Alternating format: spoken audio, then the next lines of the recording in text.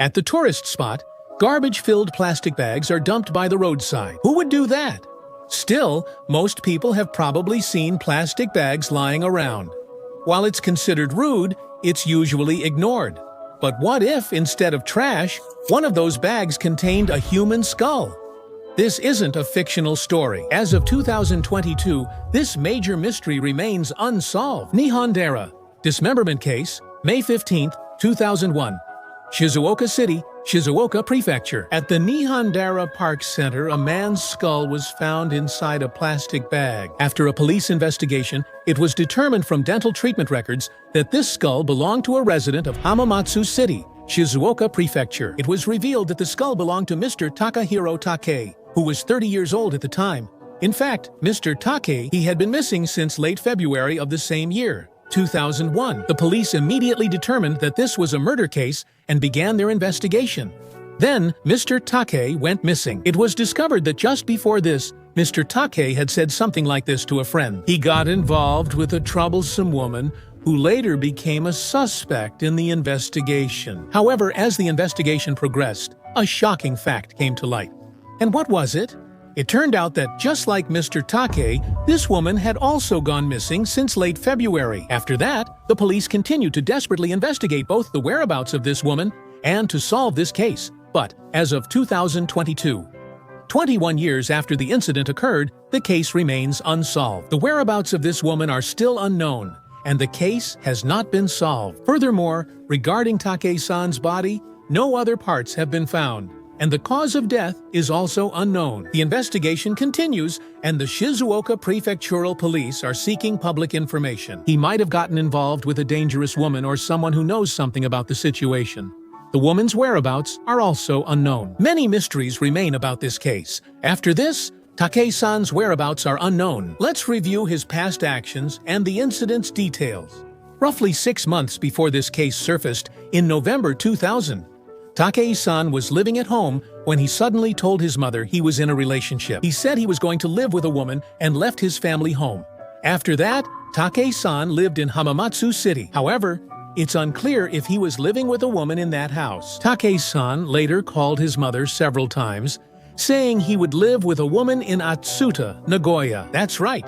And then, in late February 2001, contact with Takei-san suddenly stopped. He used to contact us often, but when we reached out, he didn't respond. Because of that, his mother tried to contact him over and over again. But Takei-san never answered or called back, and all contact was completely lost. And later it was discovered that from this period onward, there were no call records left on Takei-san's cell phone. Therefore, it's believed Takei-san was likely involved in an incident at this time. The last sighting of Takei-san was when he met a friend from junior high school in Hamamatsu City. At that time, Takei-san told his friend what I mentioned earlier. He told his friend that he got involved with a troublesome woman, and it is believed that this case involves that troublesome woman. He said that this troublesome woman was the one he was dating. It is not clear whether he was referring to that woman. Other eyewitness reports include seeing Takei-san and a woman together at a restaurant or game center in Hamamatsu City, and seeing Takei-san walking with a woman in traditional Japanese clothing. It is said to be true that Takei-san was in a relationship with a woman. However, around the time these eyewitness reports came up, Takei-san and the woman who was believed to be in a relationship with him has also gone missing. And about 3 months later, on May 15, 2001, Takei-san's skull was found in a plastic bag on the slope beside the west side substation of the Nihondaira Park Center. The person who found it was a female restaurant employee inside the Nihondaira Park Center. While this employee was digging soil for a flower pot, she found a tightly tied plastic bag with marks indicating an animal had chewed it open. Through the tear, she saw a skull, which led her to contact the police and resulted in the discovery of this case. When they opened the stacked plastic bags, the head was wrapped in several layers of newspaper. And as a result of the subsequent investigation, it was found that the newspaper was published in the western part of Shizuoka Prefecture, and the plastic bags as well. It was found that they belonged to a department store operating in the western part of Shizuoka Prefecture. They were used to wrap the skull. The date on the newspaper was late April, and there were large amounts of bloodstains on that newspaper. Because the wrapping likely occurred right after dismemberment, The murder is determined to have happened in late April. The skull had marks around the jaw that appeared to have been cut with a saw-like blade, and part of it had become skeletal. There's no evidence the cell phone was used after February. The murder occurred in April. By month's end, marks resembling those from a saw blade appeared. These facts suggest Take-san was somehow unable to make a call himself. It is assumed that he was killed after about 2 months had passed since then. There was a blank period of about 2 months. Doesn't this suggest the possibility of abduction or confinement? Considering the location where the plastic bag was found, it was likely thrown from the rooftop observation deck of the Nihondaira Park Center. This rooftop observation deck is very likely. Since people can come and go freely even at night, it's quite possible that someone did this at a time when no one would notice. Also, as the summit of Nihondaira is a tourist spot, it is often visited by tourists. It seems that plastic bags filled with trash were often thrown from the observation deck. So even if a plastic bag was found lying around, the staff didn't pay much attention to it. Therefore, it's not clear when the plastic bag in this case was actually thrown away. No one has reported seeing a suspicious person with a plastic bag on the rooftop observation deck. In this case, since only Take-san's skull has been found, the cause of Take-san's death is also unknown, making it difficult to identify the suspect. One possible clue for identifying the suspect is what was discovered. The plastic bag and newspaper showed the person lived in western Shizuoka Prefecture. However, on the other hand, is it possible that the person deliberately used items distributed in western Shizuoka to prevent identification? That could be the case. Also, regarding the motive for the crime, the discovered skull had saw marks near the jaw, suggesting that the act of decapitating the victim was driven by resentment toward Take-san. In other words, it is possible that the crime was committed out of a grudge. From this, what cannot be overlooked in this case is, above all, the presence of a certain woman.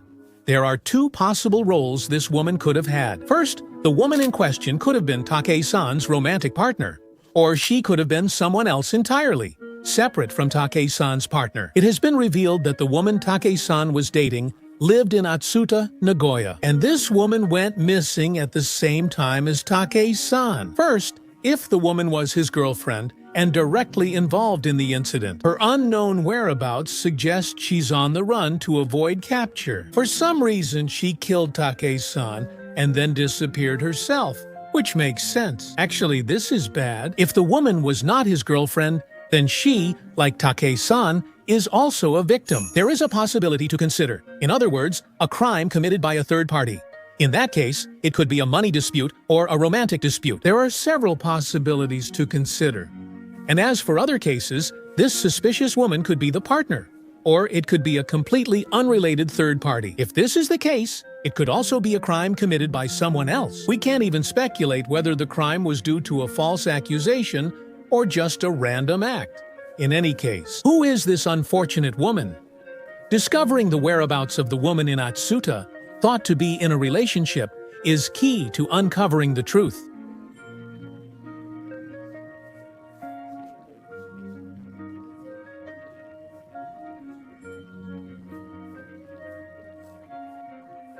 It was discovered that the woman had been murdered.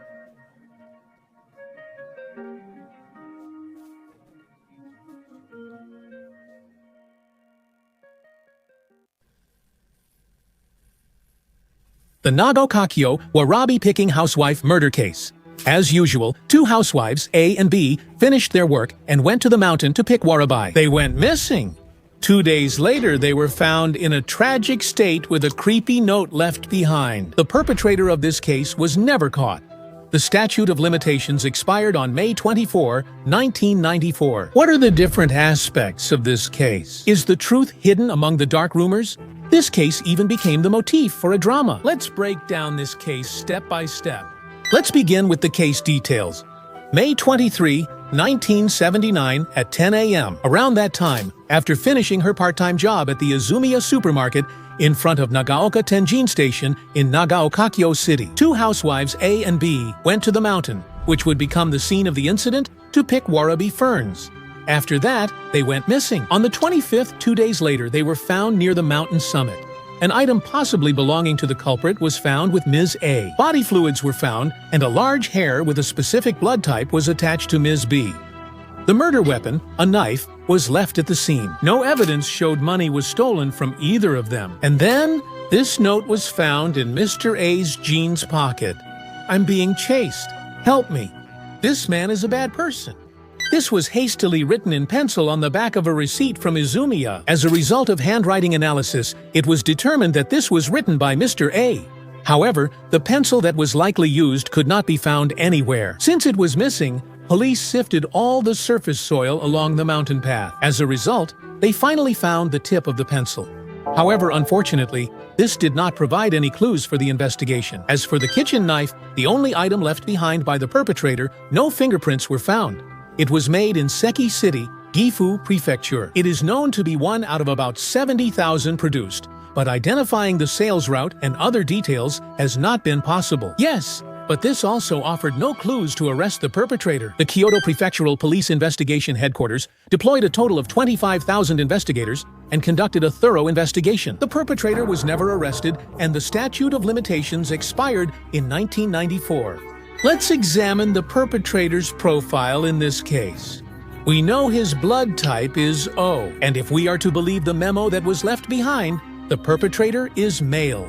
These are the only two things we know. From here on, this is speculation. But since there were significant signs of violence on both victims, it's possible that the perpetrator has some martial arts experience. Since 2 housewives were attacked during the day, it's possible there was more than one perpetrator. These profiles and eyewitness accounts have led to 4 main suspect theories. Theories include a delinquent youth group, bamboo shoot thieves, a man who looked like a salaryman, and a local yakuza. Let's discuss the theory about a group of delinquent youths. K and M, members of a delinquent group living in Nagaoka City, hurriedly descended the mountain right after the time of the murder. There was such a witness statement. And furthermore, K practiced karate and had a violent personality. They often drove on the road to the mountain, and the incident happened there. The day before, they were near the scene. They were.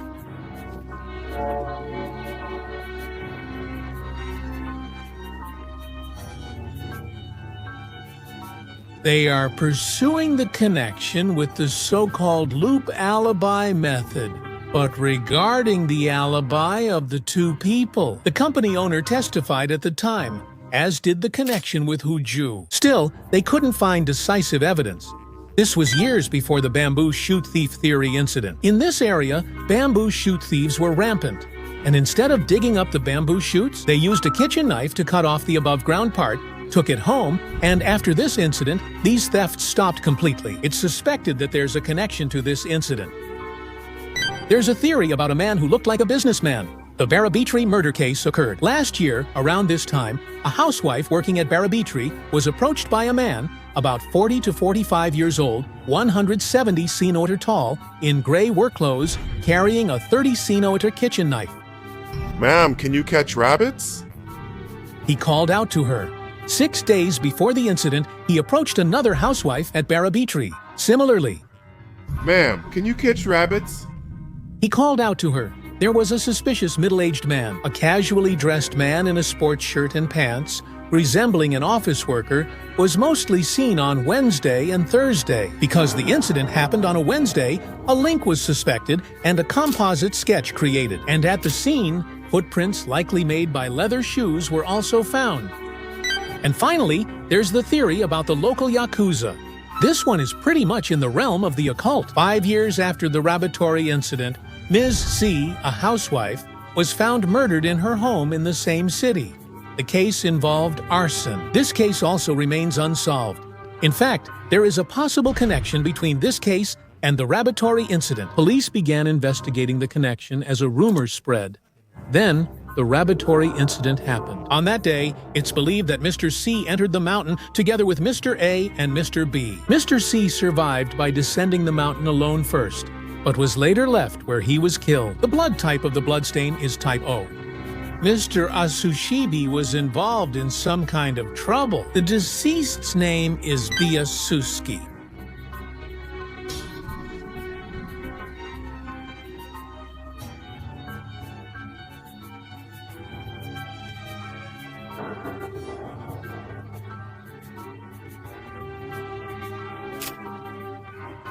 The incident involved a murder and money theft. With no signs of struggle, many believe this could be a crime of passion, though it's just a rumor. At the time on 2CH, someone near the scene shared information. There was talk that these three housewives worked at the same place and were bullying someone. Some say this might have been an act of revenge. Well, it's just a rumor after all. Also, after this incident, there were more dark rumors, and someone passed away. Mr. A reportedly bought a new car with the insurance money and soon got involved with another woman. There's even talk that the woman was actually a relative of Ms. A. If this story is true, then this husband is pretty suspicious too. It's way too shady. The culprit was never arrested, and the case was ruled an accident. Could it be the victim's lingering regret? There are even ghost rumors near the scene. That's right, several drivers have reportedly seen the two victims sitting in the back seats of the last bus of the day. Ultimately, the truth stays hidden. And with the case unsolved, the culprit is still among the public. Be careful when walking in dark or isolated areas. It's not just someone else's problem. Well then, let's meet again in the next video. Bye-bye.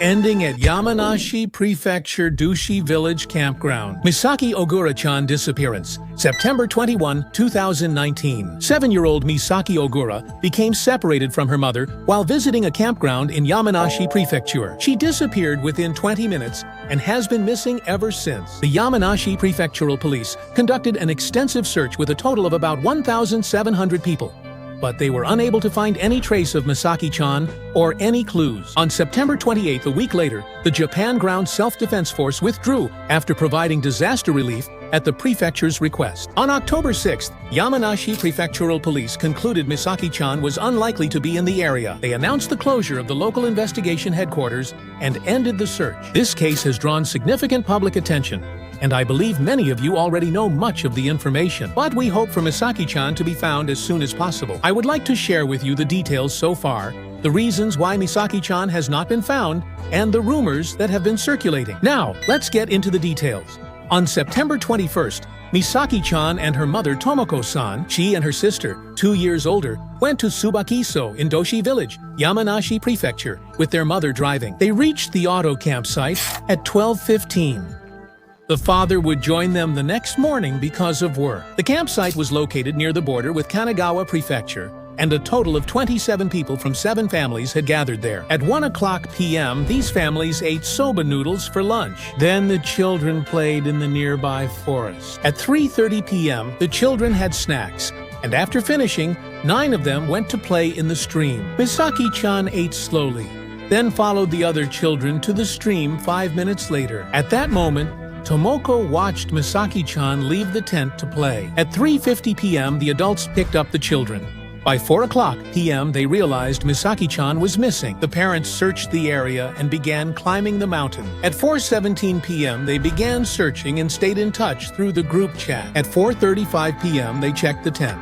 At 5:00 p.m., they checked again and called the police. Then, they contacted Misaki's father to let him know that they couldn't find her. At 5:49 p.m., they went back to the campsite for a flashlight. 6:01 p.m., the police arrived, and Tomoko, the mother, was questioned. The other adults continued searching the area, and at this time, a search by car was also started. After putting the children to bed at 8 p.m., the adults continued searching the area. At 10 p.m., the police and fire department ended the search for the day. At 1:30 a.m., the father arrived and continued searching with friends until around 3 a.m. However, unfortunately, Misaki-chan was not found. Misaki-chan disappeared between 3:30 and 3:50 p.m., a 20-minute window. There are 5 possible routes she may have taken. Let's review the map, beginning at her last known location. She went toward the stream where the other children played. She went straight northwest. Then at the fork, there is a tennis court. She headed north and then northeast. She passed through the campsite and headed toward the road that leads to the national highway. Then the next day, a large-scale search began. The Yamanashi Prefectural Police, local fire department, and self-defense forces conducted the search. With volunteers, around 1,700 people searched an area spanning 15 kilometers east-west and 8 kilometers north-south. On September 30th, Misaki's photo was released to the public. And despite the desperate search efforts, there were times when volunteer search teams encountered bears, showing just how harsh these mountains are. Only small streams ran near the campsite, but searches extended to a dam 13 kilometers downstream. Still, no clues were found. Then, 16 days after Misaki went missing, on October 6th, the police decided to call off the local search. The on-site investigation was discontinued. However, the police continued the search, considering both the possibility of an accident and a crime. That's all the information from the day Misaki-chan went missing until now.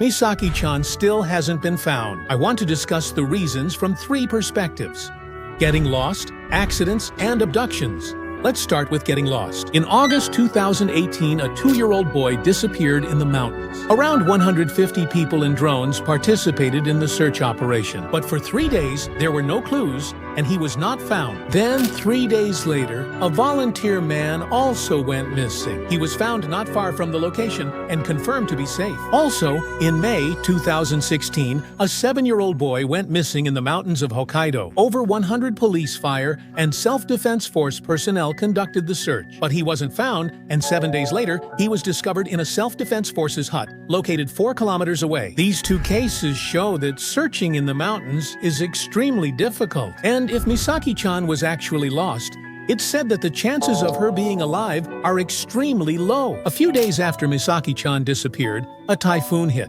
That's why it's assumed that the situation was extremely harsh. Next, regarding possible accidents, there are mainly 2 types to consider. She may have been swept away by the river, or met a wild animal. The rivers here have little water. There were no clues at the downstream dam where the rivers meet. She was reportedly attacked by wild animals, such as bears or wolves. The possibility is considered low, mainly because things like pieces of clothing have not been found. Regarding abduction, police dogs tracked Misaki-chan's scent, but stopped at one spot and wouldn't go further. Some say her trail vanishes after that point. If that's true, it means Misaki-chan was either taken away by someone from that spot or suddenly disappeared by some means. The Tsubakiso Inn that Misaki-chan's family visited. At the auto campsite, if you pay the fee at the reception, you can park freely around the campsite.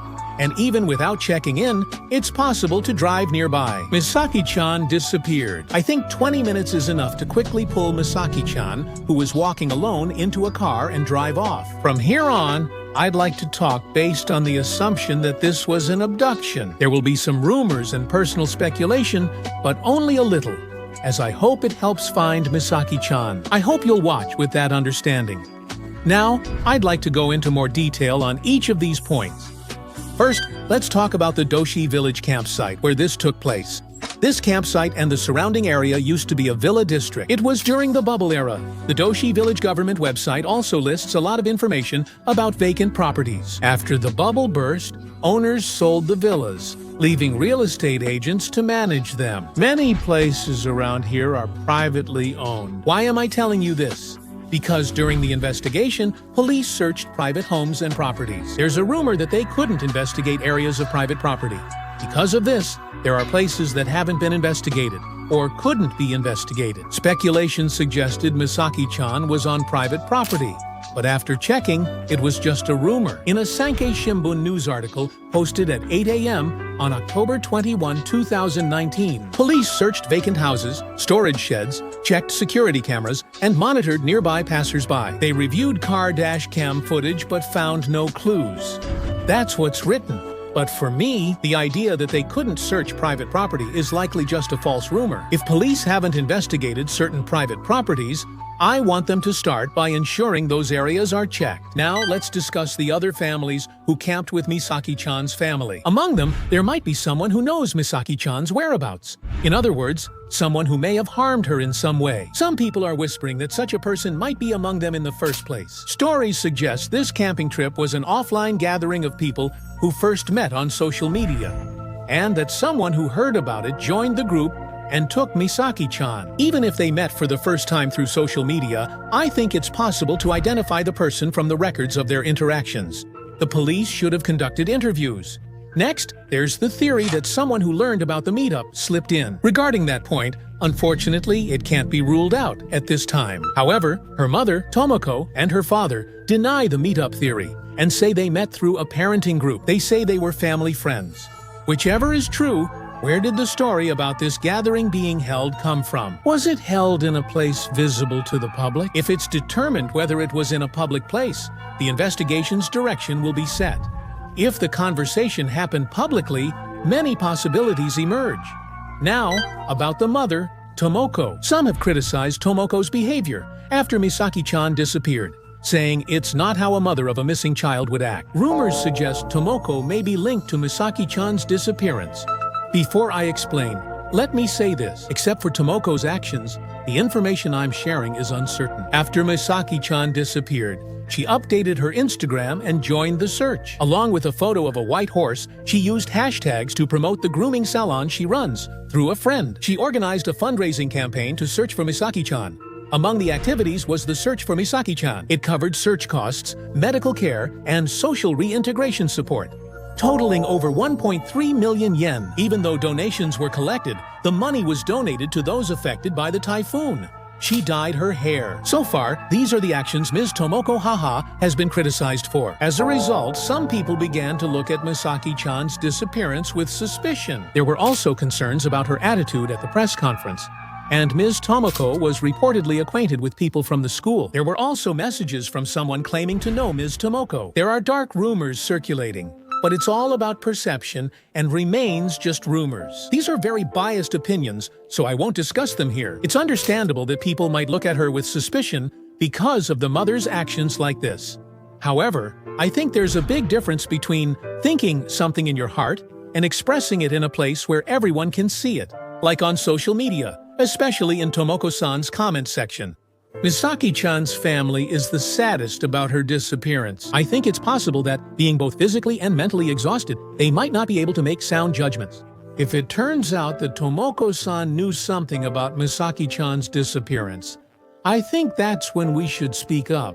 As I mentioned earlier, the police still believe that Misaki-chan was involved in some kind of accident or incident. They are continuing the investigation, considering the possibility. I believe everyone across the country is hoping for Misaki-chan to be remembered and found. If Misaki-chan was kidnapped, she might not be in the Yamanashi area anymore. There might be a Misaki-chan near you who can't call out for help. Please keep this case in your hearts, and if you notice anything or have any concerns, provide information to the police. I sincerely hope Misaki-chan is found soon and safe. That's all. Thank you.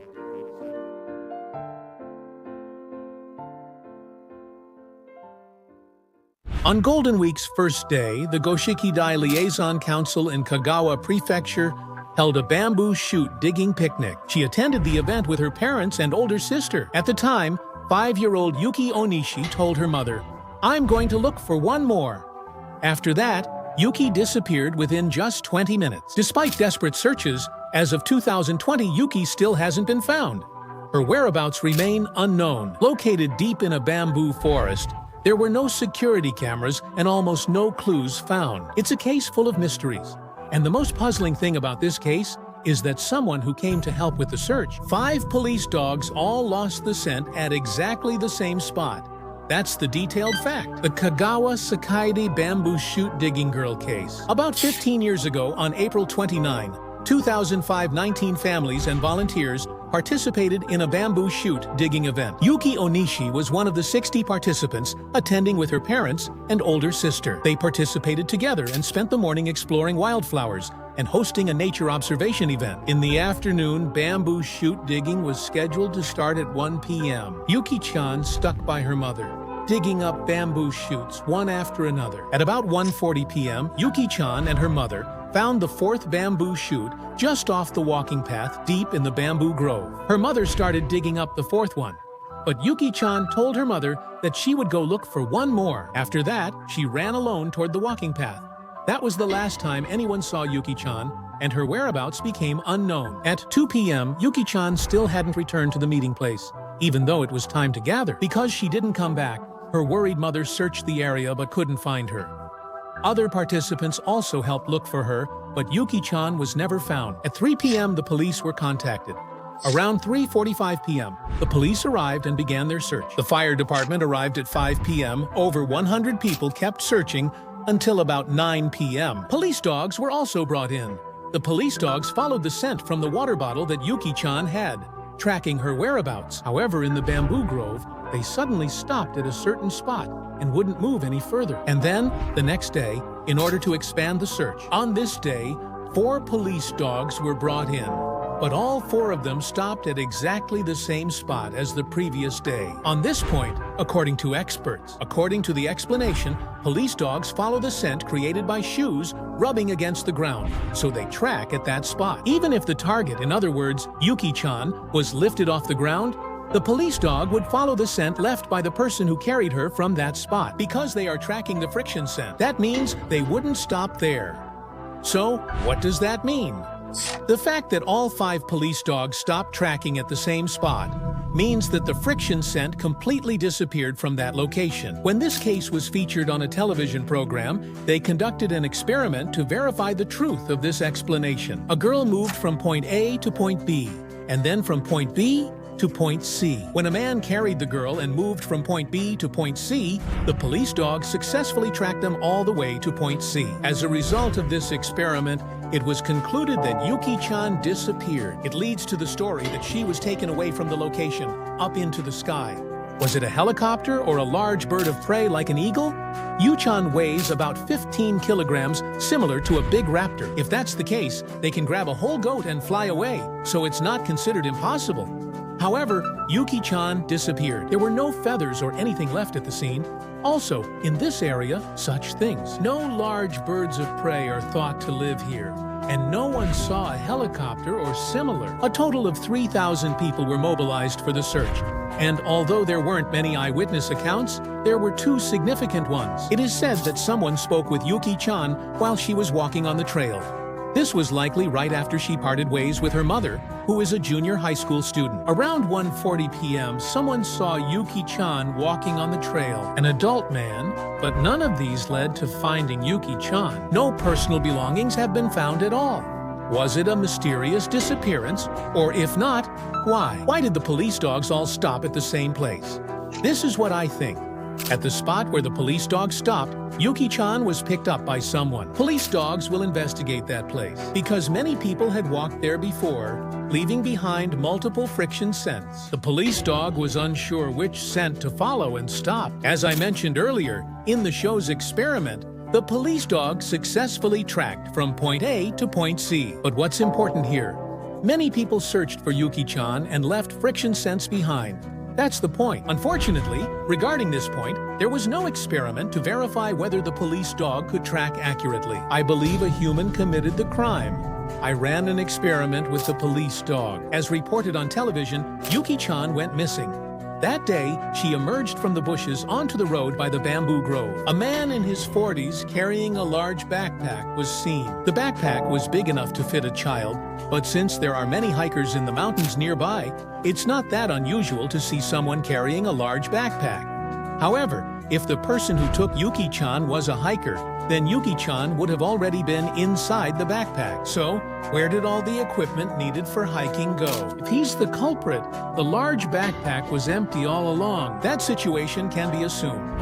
From that, there are 2 possible cases. He either came here already knowing about this event and intending to abduct a child, or it was similar to the event on this day. He brought an empty backpack to dig up bamboo shoots and take them home, but on a sudden impulse, abducted Yuki-chan. The family requested information, and television programs investigated using their analysis skills. A large suspension bridge, a pointed mountain, and an apple orchard. An oval pond with part of a yellow car body. Wooden houses and cave-like places surround the pond, and it's said there are 33 characters. Yuki-chan was supposed to turn 20 with her family this year. I keep wishing she returns to them soon. Well then, thank you for watching. See you again in the next video. Bye-bye. Do you all take photos when you go on trips? I think many people take pictures as memories or to commemorate something. This time, I'm going to talk about an unsolved case where a mysterious clue was left behind in a photograph. She was meant to travel alone, but she showed up in the photo. What does this picture mean? Who took the picture? And why does it exist? And the mystery left behind wasn't just in the photograph. The Kirizumi mountain woman murder case, August 13, 1972. She lived in Showa Town, Isesaki City, Gunma Prefecture. Ms. K, Then 24 was close to someone in Sakai, Nagano Prefecture. She traveled alone to a hot spring, spent a night at Kintoken Inn, and disappeared while descending the mountain. When she didn't come home on time, her family grew worried and filed a missing person report with police on the 16th. Her father also organized a search party with 10 acquaintances. They searched the area around the hot spring inn where she had stayed. Then, around 4:30 p.m. that day, her father and the others found an old hut beside a forest road, about 5 kilometers from the hot spring inn. When they looked inside, they found Ms. K lying on her back. They called the police right away. The next day, on the 17th, a judicial autopsy revealed she was stabbed so deep it reached her heart. It appeared that she died from massive blood loss, and 3 of her ribs had also been cut. She had 24 stab and cut wounds across her body. The police began investigating this case as a rare, bizarre crime. Over a year, about 8,000 investigators worked on the case, and around 6,000 people were investigated. But in the end, the culprit was never found, and the place where she was discovered, believed to be the crime scene, did not yield any direct evidence leading to the perpetrator. There were no significant clues, and time just passed by in vain. 15 years later, in August 1987, the statute of limitations expired, so it was classified as an unsolved case. Who is the culprit? Let's work to uncover the perpetrator. Attention centered on the undeveloped film in the camera found at the scene, which included a photo of the victim. 5 photos were taken the day of the incident. She traveled alone, but those weren't selfies. It's obvious someone else took the photos. Then someone called, claiming to have taken these photos. There was a suspicious person, but when we investigated, we found they didn't exist. Here are the case details. She lived with her family of 5.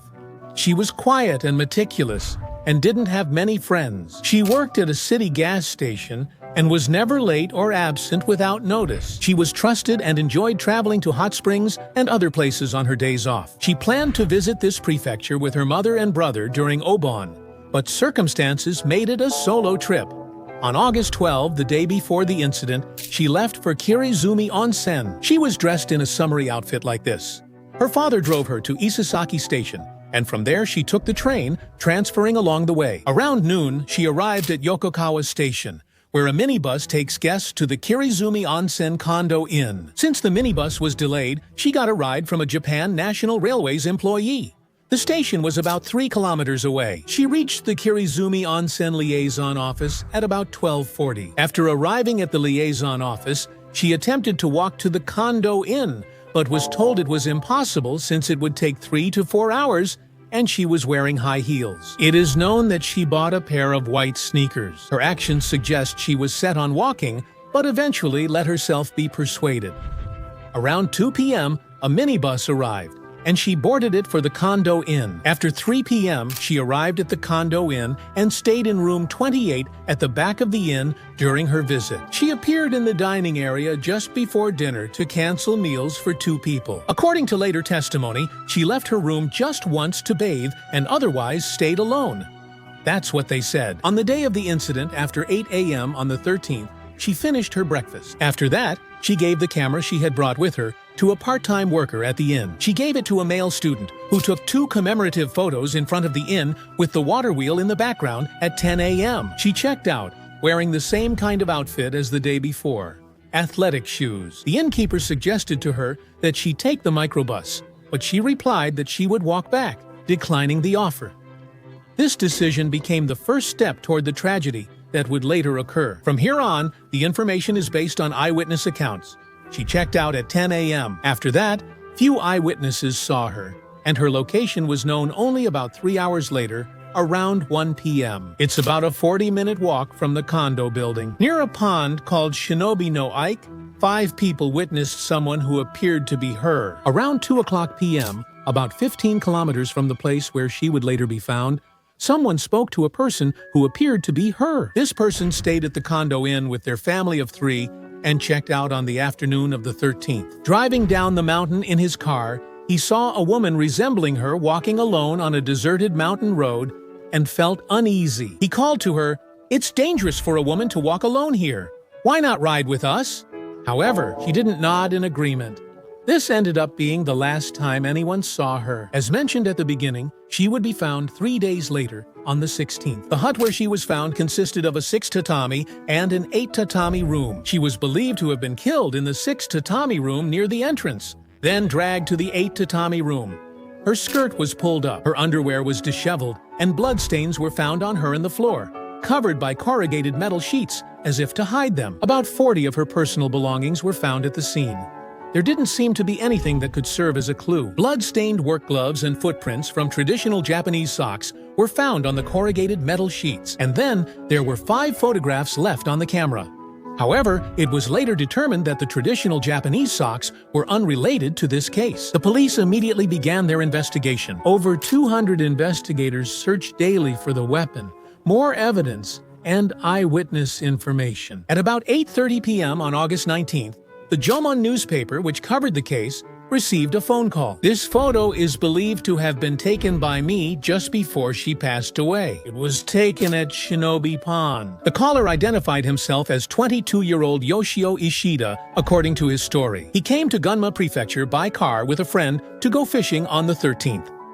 At that time, a woman who seemed to be his girlfriend showed up. He said he took the photo at her request, then explained everything in detail to the prefectural police. He promised and hung up the phone.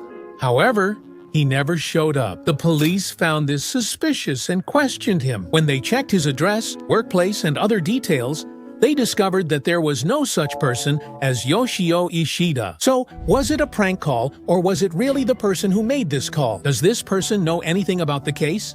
And here is what is believed to be her last photo taken while she was alive. It's something that gives the impression of a so-called ghost photo. And according to a certain magazine, this photo was left on her camera. Because it was stated to be her last photo, this case is often discussed in an occult context. But according to the police, she was found at Shinobi Pond, also known as Kondo Falls. The photo's background shows where she was going. It's believed to be her last photo. Who is the real culprit? In this case, things like work gloves and the knife used as the weapon were likely carried by the culprit. Since the neighboring house was a vacation home, it was strongly believed that the crime was committed by a fisherman. There was also the mysterious Yoshio Ishida and what she left behind. From here, this is speculation and analysis, but as expected, he took her photo that day. I think this person may know something.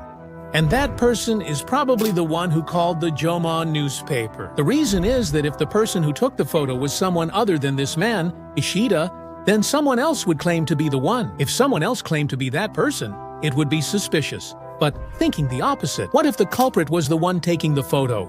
I feel like they would at least take the camera and run after committing the crime. The motive for the crime, considering the location, I felt it wasn't a premeditated act, but rather a spontaneous one. Given her appearance and the disarray of her clothing, I suspected it might have been a sexual assault. He became aroused seeing her alone, took her to the shed, but lost control and committed the crime when she resisted. While I was gathering information with those thoughts in mind, I came across a certain individual. That person is Kiyoshi Matsui. He was a female vocational school student in Takasaki City, Gunma Prefecture, who rejected his advances in 1975. He fatally stabbed a 20-year-old woman with a kitchen knife and got 10 years in prison. After being released, he committed another murder in 1994 in Anaka City, Gunma Prefecture. He went to Ms. Y's home, whom he was dating, took her when she returned, and beat her to death with an iron hammer. He then forced his way into Ms. Y's parents' house, killed them, and later broke into her sister's home. He caused injuries that would heal in 10 days, then went upstairs where someone slept. He was strangling their 6-year-old daughter when her husband caught him and restrained him. He said he committed the crime because his parents opposed his marriage to Ms. Y, which made him lose his temper. It has also been found that before this incident in 1975, he had already committed sexual assault and indecent exposure. Both crimes occurred in Gunma Prefecture. He acted this way because he couldn't handle rejection in a relationship or opposition to his marriage. He showed abnormal anger and flew into a rage. If Ms. K met him and turned down his invitation, then this incident occurred. He was 24 then and enjoyed fishing. That's right, he has already passed away, having been sentenced to death for a crime he committed in 1994. The truth about this case is unknown, but at the very least he will never speak about it himself again. Nearly 50 years have passed since this incident occurred. I think it will not be easy to uncover the truth. I just hope the truth comes out for her sake. That's all for now. Thanks for watching. The Ibaraki Prefecture Sakai Town family of 4 murder and injury case, September 23, 2019, Sakai Town, Ibaraki Prefecture. The Kobayashi family living there was attacked by someone. A 110 emergency call was made, and Ibaraki prefectural police officers quickly responded. When they arrived, the father and mother were already dead. The surviving children suffered serious injuries, including blade wounds and exposure to an irritant spray. Even with 500 investigators on the case, by January 2020, over 3 months had passed. Currently, the suspect has not been arrested. Here are the details of what happened to the Kobayashi family that day. The Kobayashi family consists of the father, Minori-san, and the mother, Miwa-san. There are 5 members: the eldest daughter, 3rd-year university student; eldest son, 1st-year junior high; and youngest daughter, 6th grade elementary. The family lives in a house among lettuce fields, fishing ponds, and woods, with no streetlights nearby. The nearest house was about 300 meters away. The family was found to have been attacked around 12:40 a.m. on September 23rd, shortly after midnight. A woman called the emergency number from the Kobayashi residence, asking for help. This voice was Miwa, the wife. Believing it was urgent, Sakai police officers in Ibaraki rushed to the scene and arrived at the Kobayashi residence 10 minutes later.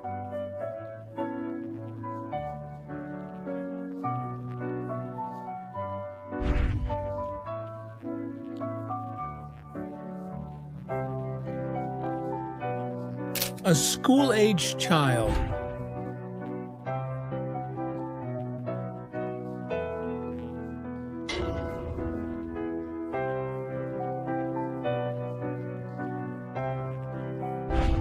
An elementary school student.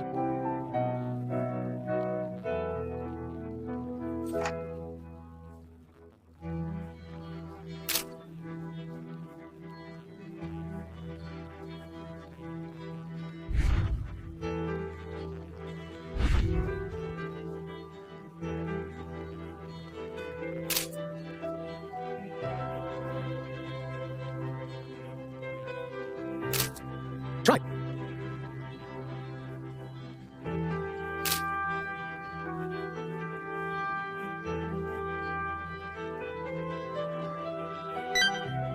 An elementary school student tribe, a person in their school years.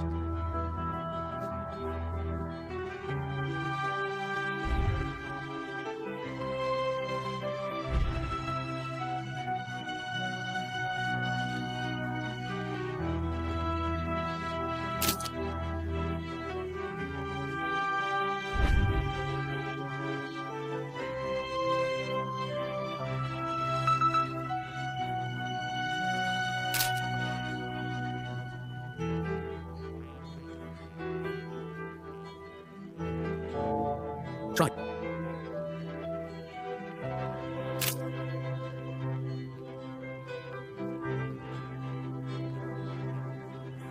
A female student.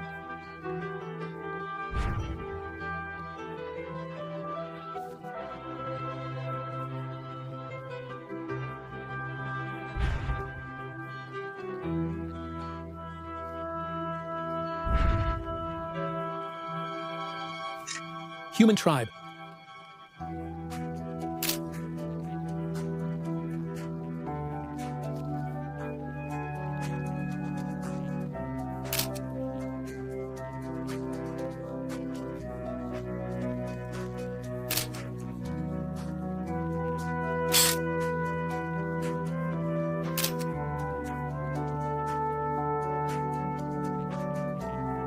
A female human from the school. A person from the school family, next to the elementary school, house number 5. A family of 5 with a 6th grade daughter. In the case where Misaki Ogura, a 6th grade girl from a family of 5, went missing during an elementary school family camping trip, an incident has occurred. I pray that both cases will be resolved. Thank you very much for watching. See you again in the next video. Bye-bye. Sometimes the police are hard to understand. They may close a case with an incomprehensible conclusion.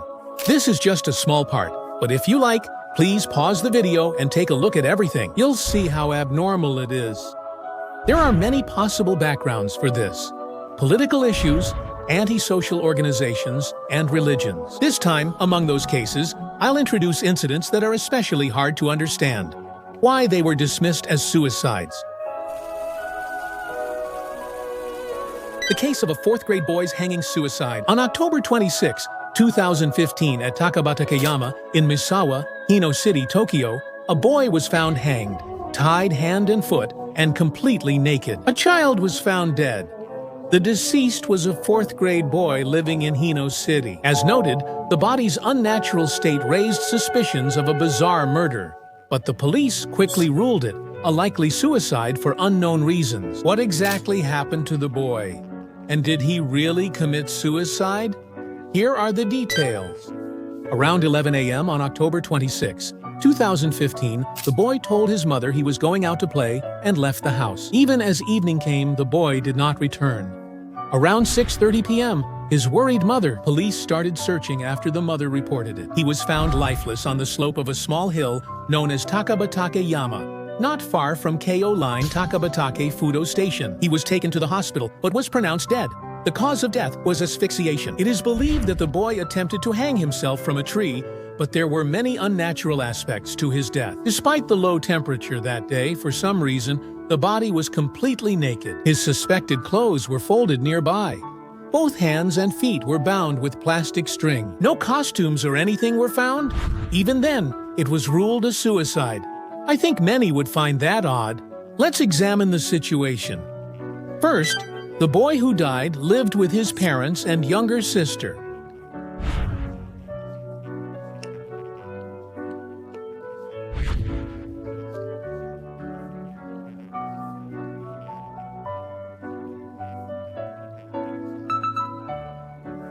Was asphyxiation.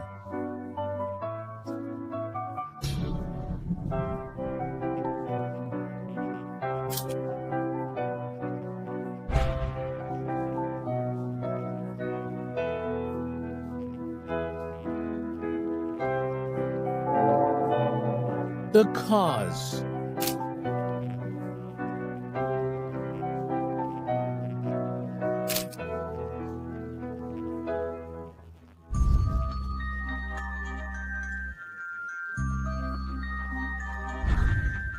Was it breathing?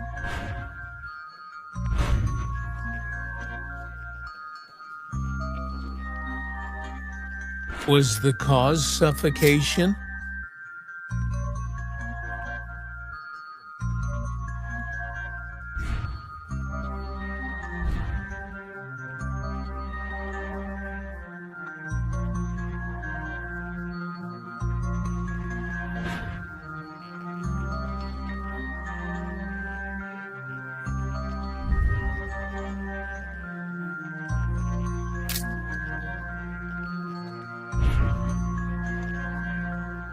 Was it suffocation? Was it suffocation?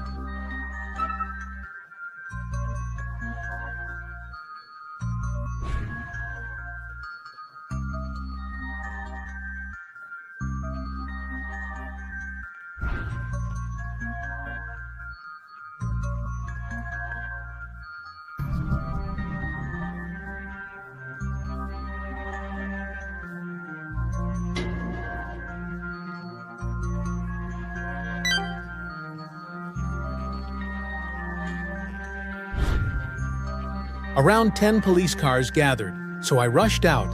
But even after midnight, neighbors got no explanation. The abrupt end of the investigation makes me uneasy. Despite these unusual circumstances, there's no physical evidence of third-party involvement. There are many possible scenarios, but basically, it comes down to these two.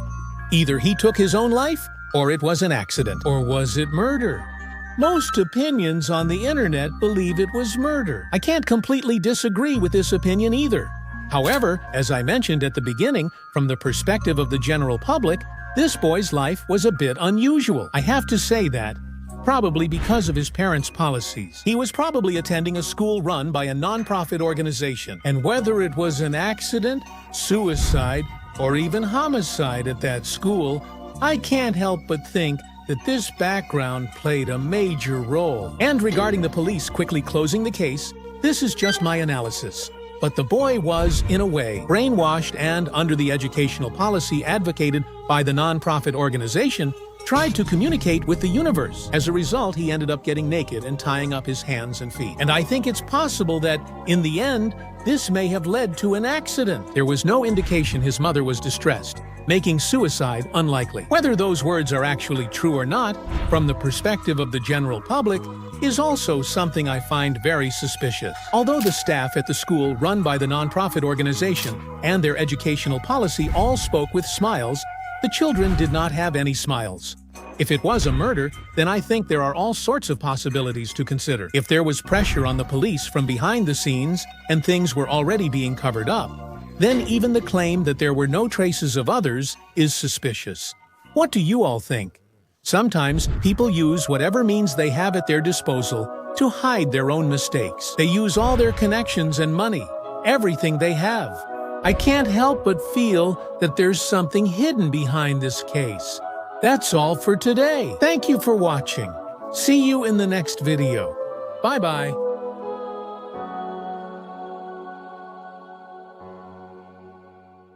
There are various haunted places all over the country, but do you know about Hotel Katsuryo in Chiba Prefecture, which is so famous that it's even featured on television shows? This place was originally a love hotel called Yui Grand Hotel. However, after operating as a hotel, it changed its business to become a seafood restaurant with a fish tank. The Katsuryo sign was so noticeable that people began calling it Hotel Katsuryo. That's how it started. In the end, this capo-style restaurant also faced financial difficulties and later changed its business to a motel again, but the financial troubles continued. It has already become a ruin and has been considered haunted ever since. However, at some point, Hotel Katsuryo became known throughout the country and became a famous haunted spot. What exactly happened? It shocked all of Japan. It was because it became the scene of a gruesome incident, Obara City High School girl murder case. On December 22, 2004, 17-year-old Kari Takashima, a second-year part-time high school student, was abducted, assaulted, and killed by a group of men. Her body was left inside Hotel Katsuryo. It was placed inside a refrigerator. This group of perpetrators was a notorious local delinquent group. What was shocking about this case was that the victim was a serious and diligent student.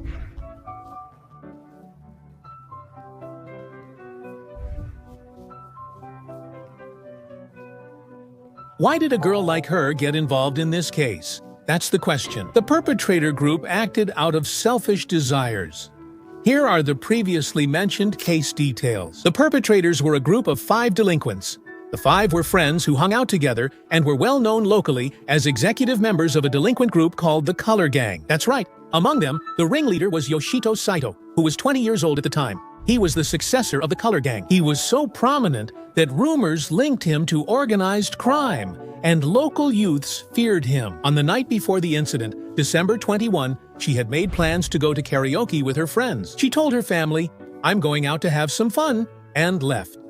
The day changed around 4:30 a.m. on the 22nd. She spent time at karaoke by Japan Railway's Mobara station. On their way home, they spotted her and her friend, decided to attack them for robbery, suddenly pushed them from behind, knocked them down, and forcibly took their cash. 4 out of the 5 of them violently assaulted her, kicking her in the face and abdomen, then put her in a car and abducted her. Her friend was pushed, pinned down, and had her mouth covered by the other person. She was assaulted and had her wallet and bag stolen. However, afterward this friend found an opening and escaped. And because this friend called 110, the police investigation began. About 5 men covered her mouth and took her bag, and the friend who was with her disappeared too. At the time, around 4:30 a.m., few people were present, and only my friend witnessed the incident. After that, they took her to a certain tunnel and assaulted her. Here, one of them pushed her friend down. The underage boy realizes that her older sister was his classmate in middle school. After discovering this unexpected connection, they discuss what to do with her inside the tunnel. As a result, they conclude that they have no choice but to kill her. Based on this boy's suggestion, they decided to kill her. However, since they couldn't decide on a method of killing her at that moment, the plan was left undecided. Around 6:30 a.m. that day, they reached Hotel Katsuryo, which is actually a love hotel. When it was still in business, there were incidents like murders and self-immolation. It became a famous spot for test of courage events among the locals. Since there were no fences or barriers restricting entry, young people would often come and go. Groups often gathered and made noise there during summer and weekends. It seems that it was a familiar place for them, so maybe that's why they went there right away. They discussed how to kill the woman and how to dispose of the body. She lied, saying things like she was pregnant. She desperately begged them not to take her life. However, they didn't want to get caught themselves. They ignored the woman's plea and used an electrical cord from the floor. They strangled her, left the body, then moved it to a large refrigerator. The next day, on the 23rd, her friend spoke up. Based on what was said, the investigation began immediately. Police were already watching him due to his usual bad behavior. When questioned about the situation, they confessed right away, resulting in their arrest and the search for her. And just as they confessed, she was found lying on her side. She was forced into a large refrigerator, sitting with her knees hugged to her chest. That's right. Her body was covered in blood, and there were marks where cigarettes had been pressed against her, showing signs of terrible abuse. At this time, 4 out of the 5 people were arrested, including one of the main perpetrators, Katsunobu Niena. The 21-year-old disappeared, and by the 24th, he was on the wanted list. The evening of December 29th, the last person continued to be pursued by Saitama Prefecture S and Saitama A Police.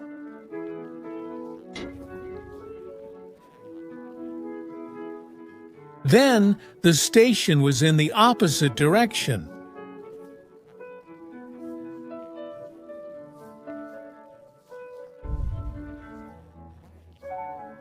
While moving, he was looking for a target. At that moment, he happened to come out of a karaoke shop. He found her and her friend and committed the crime. That's right. After that, they thought she saw their faces and would expose them, so they killed her. He admitted the charges but showed no remorse, offered no apology, and did not cooperate with the investigation. One of the investigators even testified that he was smirking during the interrogation. At the next trial, this case was called selfish. It was called a cold-blooded, ruthless crime, and the 2 main adult perpetrators, defendants Saito and Shinmei, who were adults, were sentenced to life imprisonment, while those who were minors. The 2 minors received 14 and 13-year prison sentences, while defendant Saito got life imprisonment. He was very shaken then. That's right. Did he first realize the seriousness of his crime then? Maybe. One perpetrator also restrained her friend. The boy died by suicide on October 14, 2005 at Chiba Prison in Kochi. The media reported he died by suicide due to guilt over the incident. This shocking incident, called the Mobara City High School girl murder case, was the catalyst. Hotel Katsumi became a famous haunted spot throughout the country. After the incident, there were numerous reports of sightings of a ghost in the form of a woman. But the truth behind these reports remains unclear. People who actually visited Hotel Katsumi reported that doors that were closed would open on their own. Parts of their bodies would become paralyzed, and their hearts. Flashlights used to capture ghost photos would suddenly turn off, and many reported incidents are considered paranormal. Now that quite a few years have passed since it became a ruin, the interior has become extremely dilapidated. The building still remains even now. However, due to dangers such as debris, entry is prohibited. Do not approach out of curiosity. There's no reason to. An earnest high school girl had her precious life taken away by a random attack committed for the purpose of robbery. In this case, she had even promised to marry the man she had been dating since junior high school. She had things she wanted to do and things she was looking forward to. There should have been a bright future waiting for her. They took her life for their own selfish desires. The 2 main perpetrators received life sentences with indeterminate terms, making their current whereabouts unknown. The 2 boys should have already been released, but did they truly atone for their crimes? Can we really say that they have atoned? I sincerely pray for the soul of Kaori Takaka. That's all for this time. Thank you for watching.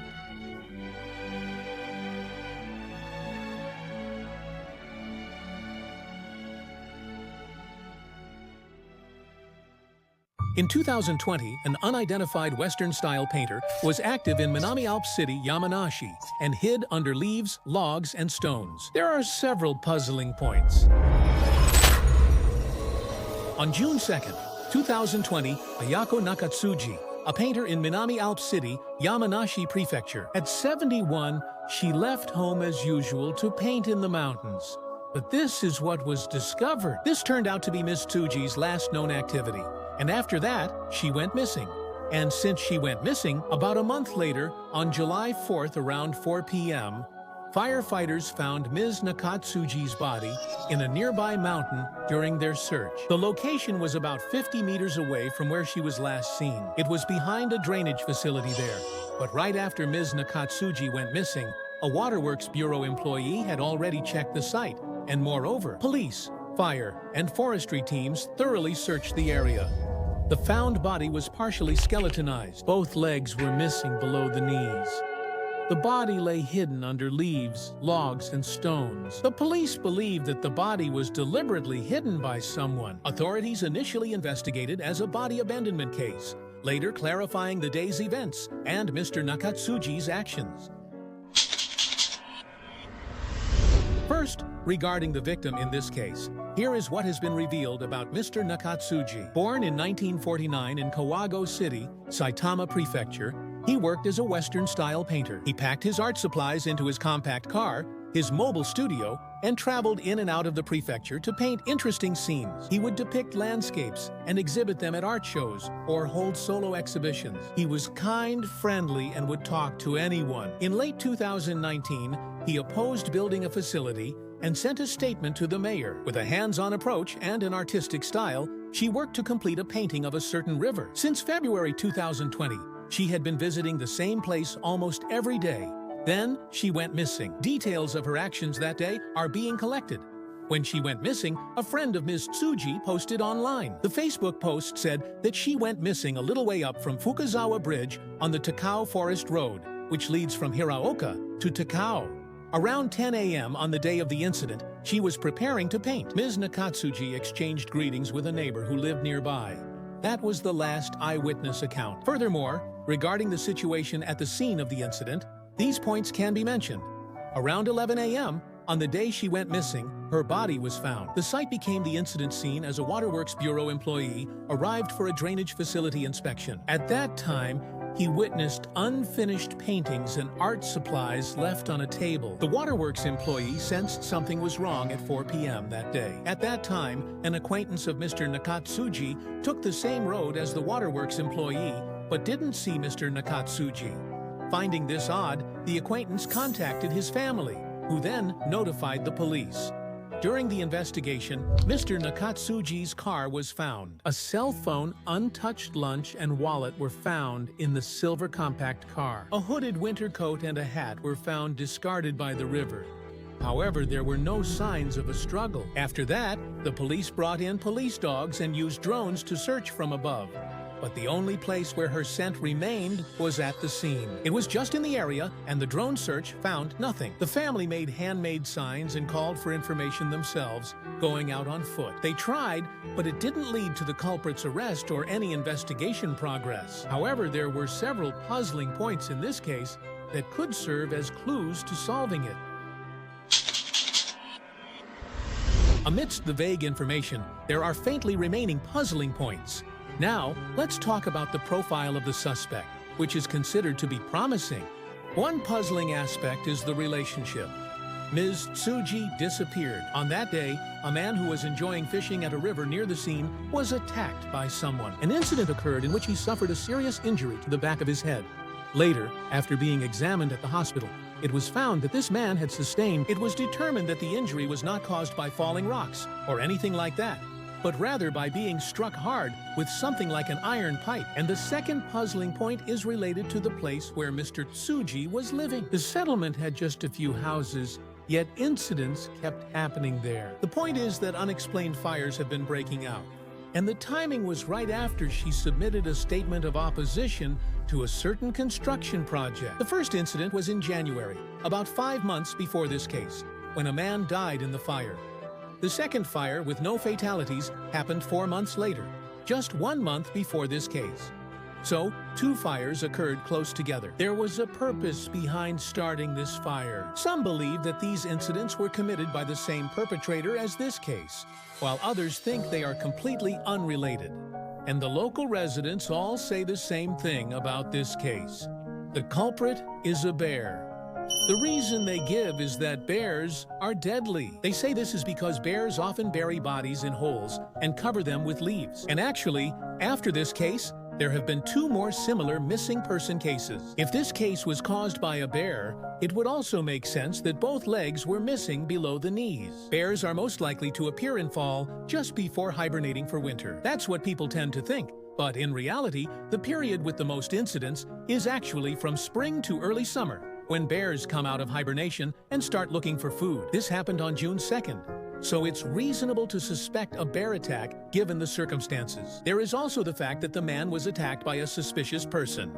So there remains some doubt as to whether it was really caused by a bear. And if this incident was caused by a bear, it would be revealed by things like the severed parts of the body or the presence of saliva. Don't you think? Anyway, these are just guesses. As for the profile of the perpetrator in this case, if this incident is connected to that, I sometimes feel that there is a deep darkness behind it. That's the construction project for which she submitted a statement of opposition. As I said, Nakatsuji-san did this in late 2019. He filed a statement opposing a construction project in Minami Alps City with the mayor. Nakatsuji-san's incident, the man who was attacked near the scene, and the fire that broke out in the village where Nakatsuji-san lives after the statement of opposition was submitted. For example, if all of these victims were people who opposed this particular construction project, and everything is connected, then it can truly be said to be a deeply troubling case. And there are, of course, reasons and background for why such an interpretation is made. She was never involved in any trouble that would cause someone to hold a grudge against her. If she'd been attacked by a bear, her body or the scene would clearly show it. That's because there should have been traces, like bloodstains left around the area. Based on these facts, if we consider this case to be a man-made incident, 2 theories have been suggested. 1. A supporter of a construction project committed the crime out of resentment. And 2. Since she was often alone in the mountains, she was targeted. The crime was committed by a thrill-seeker who was against the project. First, on the first point, I disagree. I think it relates to the fire that began after the statement was submitted. A supporter of the construction did it, committing the crime because they found the opposition bothersome. That theory is the simplest and most realistic. As for the second point, as I said earlier, as mentioned, she went to the nearby river almost every day since around February to finish her paintings. The culprit just wanted to kill anyone. There were no security cameras and barely any passers-by. Alone in that place, she was the perfect target. And knowing the police investigation status by some means, abandoning the body in a place that had already been searched at the time of the incident could also be seen as a provocation to the police. So far, the police have conducted forensic investigations at the scene and questioned local residents around the checkpoints. They conducted every possible investigation, even reviewing security camera footage. They carried it to a place nearby.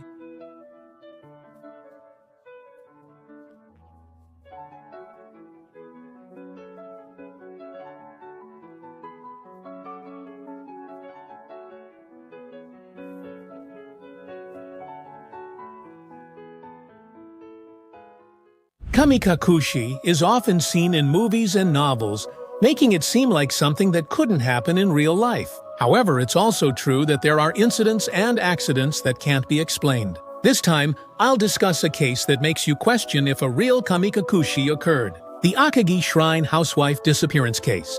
A housewife vanished without a trace at Akagi Shrine in Miyosawa Town, Maebashi City, Gunma Prefecture. Noriko Shizuka was 48 then. The shrine is known for its azaleas, especially during Golden Week. Since it was Golden Week, the shrine was crowded. Although she vanished in a crowded area, there were very few eyewitness accounts, which is mysterious. Police quickly launched a full investigation, and the sudden disappearance attracted significant attention. It became a major topic, even being featured on television. However, as of 2020, she still hasn't been found. Did she have an accident? Or was she involved in an incident? Did she leave on her own? Or was it truly a mysterious disappearance? Here are the case details. On May 3, 1998, Noriko Shizuka from Shiraishi, Chiba Prefecture. The family headed to Akagi Shrine for sightseeing. The family had 7 members: herself, her husband, daughter, grandchild, uncle, aunt, and mother-in-law. They arrived at Akagi Shrine around 11 a.m. Unfortunately, since it was raining that day, only her husband and uncle went to visit the shrine, while the other 5 waited in the car for them to return. After a while, she decided that since they were there, she wanted to offer a coin at the shrine, so she headed to the approach by herself. She held 102 yen for the offering and got out to calm her child. Her daughter saw her. She was standing alone on the forest path, leading from the parking lot to the shrine. Because it was a little far from the shrine grounds, her daughter found it a bit suspicious. However, she looked away for just a few seconds to take care of her child. And in that short time, the woman suddenly disappeared. This was the last time anyone saw her. When my uncle returned to the car first, and it turned out he hadn't seen her, the family became suspicious and searched the area, but they couldn't find her. They immediately reported it to the police, and a large-scale search involving over 100 people was conducted over 10 days. However, not only was she not found, but they couldn't even find a single clue. The path to Akagi Shrine is a well-maintained mountain trail, with no cliffs or places where you could get lost. Despite Gunma Prefectural Police interviews, no one saw suspicious people, heard strange noises, or reported any eyewitness accounts. She wore a red umbrella, pinstriped shirt, black skirt, and blue sandals with hibiscus flowers, a noticeable outfit, yet no one saw her. About 20 tips were given to the prefectural police, but none were helpful, and the investigation stalled. After she disappeared, several silent calls were made to her home, but it's unclear if they were related to the case. The investigation found the silent phone calls came from Osaka and Yonago. Because there were so few clues, her family, desperate for any help, appeared on television at the time. The program, The Door of Miracles, The Power of Television, sought information on missing families and incidents. A home video accidentally filmed at Akagi Shrine near the time of the disappearance was provided by its recorder. Some speculated the woman in the video was her, but the family said it was someone else. However, later on, when they tried to analyze the footage from that home video, they noticed that someone made a gesture as if offering an umbrella to someone else. The woman appeared faintly in the footage, and based on the color of the umbrella and her build, it was believed that this might have been her just before she disappeared. Unfortunately, this information did not advance the investigation. In the same program, an investigation using Mr. Geiru Sentojin's psychic abilities was conducted, and he made this statement. She met 2 men at the place where she was seen by her daughter, and when they asked her for help, she went with them toward the mountain path. Then she was beaten by the men, put into a car, and taken away. She was taken to the men's hideout, where she was assaulted. Those seriously injured were spared and left near the shrine.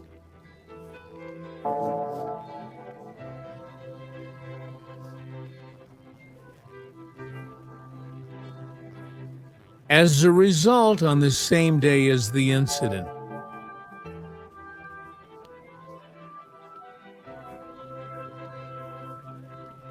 they were accidentally photographed at the Akagi Shrine.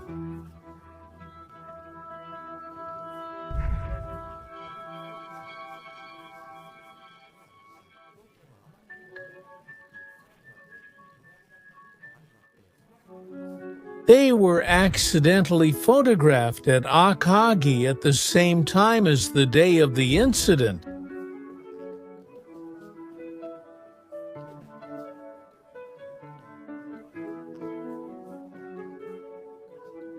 She was 48 years old at the time. There was actually news about a married woman in her 40s who eloped. But regarding this case, I think the possibility is low. The reason is that she disappeared or eloped after going out with her whole family, which seems unlikely. There was no need to do so. If it hadn't rained, everyone would have gone to worship together. She shouldn't have ever been alone. Also, if she planned to disappear or elope, she would have picked a time when no one was there. She would have picked the perfect time. and she hardly had any money with her. I don't think anyone would try to run away or elope with only 101 yen in their hand. Some look for meaning in her having exactly 101 yen, but ultimately it's just speculation. There were no reports of any trouble within the family, so I think it's unlikely that she disappeared of her own accord. Next, regarding the theory that it might have been an accident, the area was well maintained. Also, since the visibility wasn't that bad, it's basically hard to believe that she was involved in an accident. However, for some reason, she was in the forest road, and beyond that road, there is a vast forest. She was reportedly hearing impaired, and without her hearing aid, she sometimes got dizzy and collapsed. At the time she disappeared, she wasn't wearing her hearing aid. Because of that, it's quite possible that she had some kind of accident due to her poor health. But if we think that way, the question is, why hasn't anything been found in the investigation? If she was involved in an accident, if that were true, it's odd none of her belongings or clothing have been found. Seen that way, an accident seems unlikely. If so, like self-proclaimed psychic Mr. Giru suggested, could she have been involved in an incident? It's hard to believe someone would plan to attack her, since she was always surrounded and never planned to be alone. If anything, it would have to be a spontaneous crime. Someone saw her by chance and just took her away somewhere. Or could she have been abducted? Yes, but it still raises the question of why someone would commit the crime when the risk of being seen is so high. On the other hand, maybe they thought being in a crowded place would make them less noticeable. It's not impossible. However, the notion that she was simply caught up in the incident isn't convincing. Also, she may be linked to the northern country. She isn't listed as an official missing person. Now, after hearing everything so far, you might be wondering where she disappeared to and what reason she had for vanishing. No matter what the truth behind the incident is, there's no doubt that her family was deeply hurt by it. A beloved family member suddenly disappears without any warning, and not knowing the reason at all might be much more painful than we outsiders can imagine. The incident happened more than 20 years ago, but even now her family will never forget her. I hope the truth comes out and she reunites with her family. That's all for now. Thank you for watching. In summer 2013 in Genkai, Shunan City, Yamaguchi Prefecture, an incident occurred where 5 people were killed overnight and 2 victims' homes were set on fire. Only 8 households with 12 residents lived there. The suspect, Mr. Homi Kosei, was 63. In July 2019, he was sentenced to death. He had paranoid disorder and became convinced without reason that residents were gossiping about and harassing him, which escalated to his crime. That's what some people say, but if you look deeper into this case, it's true that he did have that illness. But that wasn't the only factor. Due to this area's nature, I glimpsed a profound darkness here, in a closed-off area that could be called a marginal village or an isolated land island. What happens to people who are pushed to their limits, both physically and mentally? Could you endure the Yamaguchi serial murder and arson case? At about 9 p.m. on July 21, 2013 in Sanjogo, Shunan City, Yamaguchi Prefecture, fires erupted at 2 houses about 50 meters apart. Residents reported their neighbors' houses were burning. Firefighting efforts began immediately, but unfortunately, both houses were completely destroyed. From inside each house, what appeared to be the residents of those homes were found. A total of 3 bodies were found. The police immediately began investigating the possibility of arson.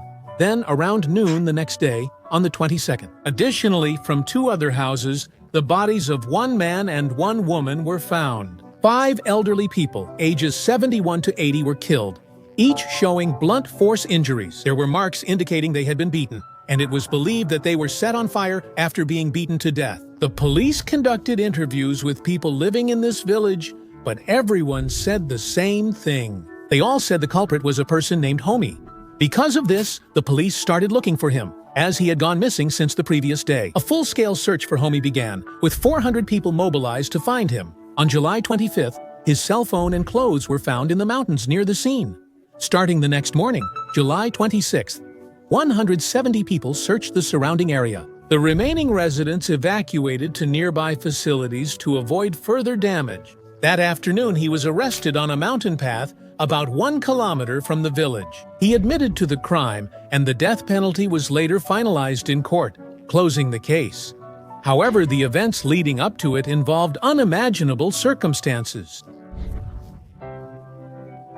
Several years before the incident, this letter was sometimes said to be a crime warning, but it is also interpreted that its true meaning was that the villagers were spreading bad rumors about themselves for their own amusement. Why was it interpreted that way? What kind of darkness did Keishu Konishi and the entire village harbor? Now, here are the details of the incident. Keishu Konishi, originally from this area, worked in civil engineering after junior high. In his 30s, he moved to Kawasaki City, Kanagawa Prefecture, and became a tile craftsman.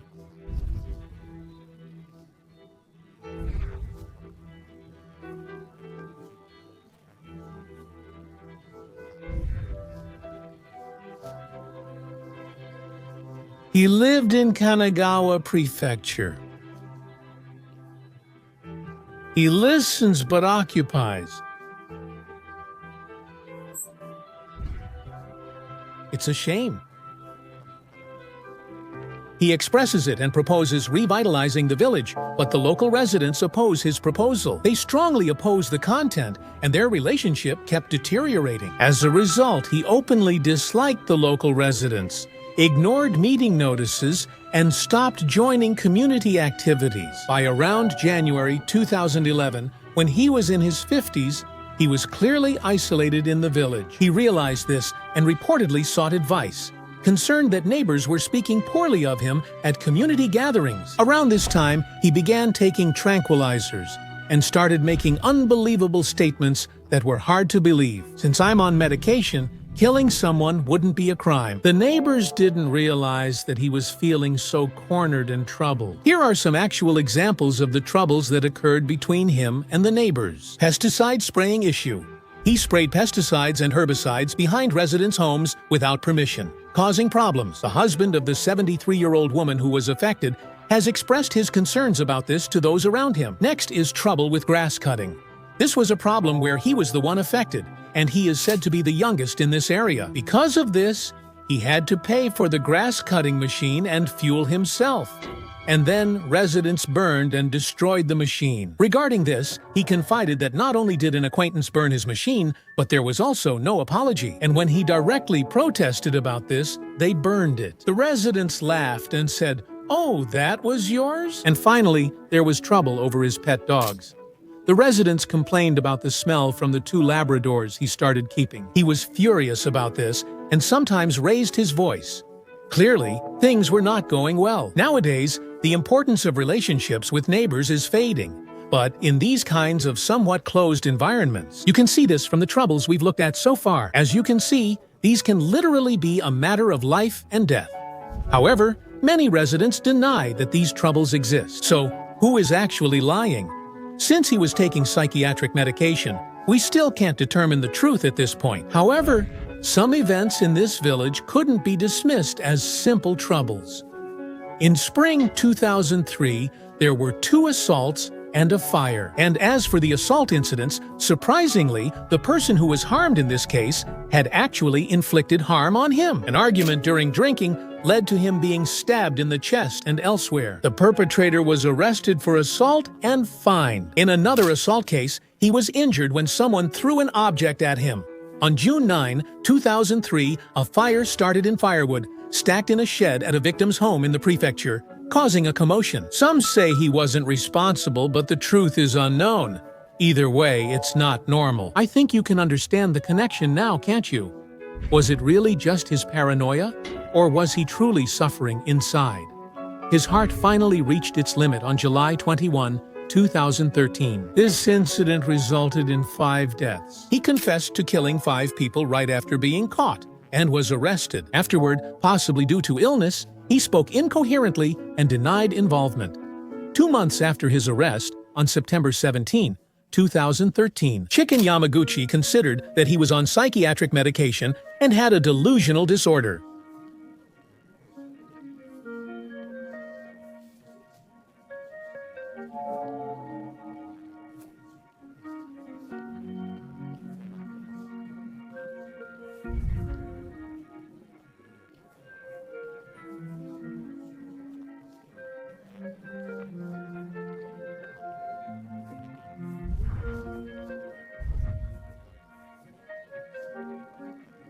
After his death, his relationships with the people in the village became strained. No one realized that he was so desperate. One of the residents who was not harmed in this case said this: "It's as if we're watching the plot of a mystery novel. But this case is a real incident that actually happened. His relationship with locals was distant. Questions remain about the truth of claims about his sexuality, but he was at least isolated. He felt a sense of alienation in that space." Do you think that's what caused the crime? When I first heard about this case, I thought the person who did it. I felt that he might also be a victim. Taking someone's life is wrong. That's generally accepted as a universal understanding, but he became the perpetrator. If anything had been different along the way, maybe he could have been saved. If just one person had tried to understand him, the outcome might have changed. Could the future have been different? This incident made me reflect on that. I hope the 5 victims rest in peace. That's all I can hope for. That's it for today. Thanks for watching and listening. January 18, 2022. In this case, a woman turned herself in to the police in Tochigi Prefecture. Everything began when she turned herself in. The person who turned herself in was Sayaka Takagi, a 23-year-old unemployed woman from Mashiko Town, Tochigi Prefecture. As soon as she arrived at the police station, she said the following: "A 24-year-old woman I was confining in my apartment has died. With Manabu Kaifu, we used shovels and tools to dig a hole and bury her." In response, on February 2, 2022, when the police searched according to her statement, they discovered what seemed to be a body dead for over a year in a forest in Shiroishi City, Miyagi Prefecture. They discovered the skeletal remains of a woman. The place where the body was buried had small trees cut down, as if someone had tried to hide it. That's right. And then, as a result of the subsequent autopsy, the identity of the body was determined to be from Takanezu, located in the central eastern part of Tochigi Prefecture.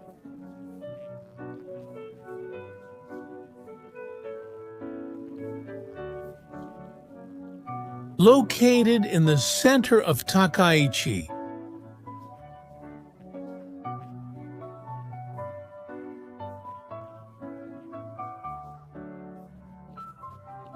Located in the central eastern part of Takanezu City. You are under arrest on suspicion of banditry. You are being apprehended. Takagi, who was being questioned before Kaibi, stated that he decided to talk because it would eventually come to light anyway. The body was discovered. The scene was a steep mountain slope, a place where people rarely go. It is assumed that Takagi could not bear the guilt. And then Kaifu was also questioned. Tracing back from the discovery of the incident in Sioux City, which is located in the center, Kaifu opened it in summer 2019, about 2.5 years ago. The suspect lived with his wife in Sakura City, Tochigi Prefecture. They started living in an apartment, and later Takagi joined them, and they confined Tanaka in the apartment. And then, the days continued where they regularly beat and kicked him. In December of that same year, Tanaka finally passed away. Suspects Kaifu and Takagi transported the body by car and lived there. They used a shovel to bury it in the mountains of Miyagi Prefecture, about 160 kilometers from the apartment. At the time of Mr. Tanaka's disappearance, neighbors and former classmates spoke about him like this: "She was very caring, perhaps because she had many kind-hearted younger brothers, and she often helped around the house. She was a very family-oriented person." And former classmates say that just before Mr. Tanaka went missing, they sensed something unusual. It seemed like he was in a hurry about something, or that he was scared. Even together, he was on his phone the whole time. That really stood out to me. He was also still seeing Mr. Tanaka until around the summer of 2019, right before he disappeared. He had a romantic partner, and that partner lost contact with Mr. Tanaka. Yasutaka Hayashi said that he had met with suspect Takagi and Takagi's older sister before.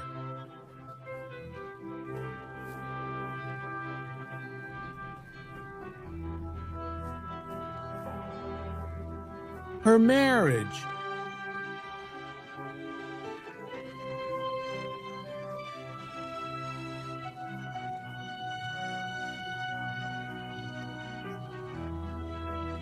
They took everything: my phone, wallet, even my insurance card.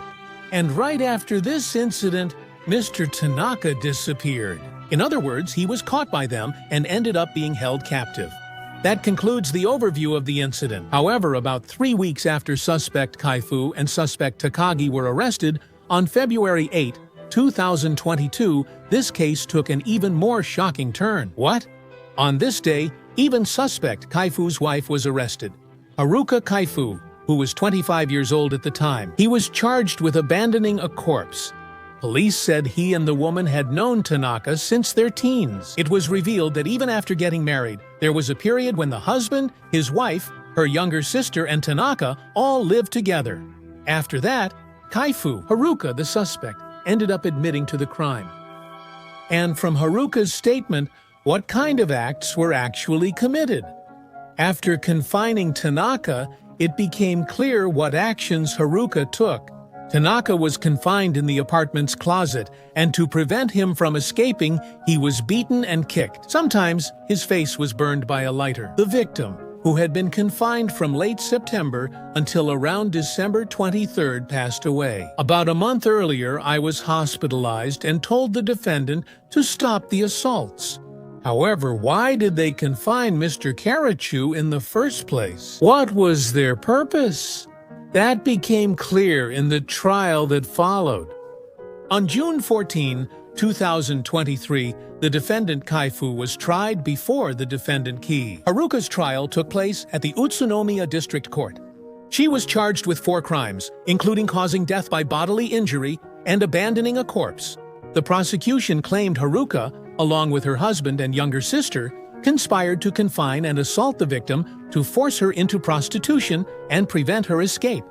While Manabu was described as the main perpetrator, Haruka was also involved. They noted the defendant personally took part in the assault and acted independently.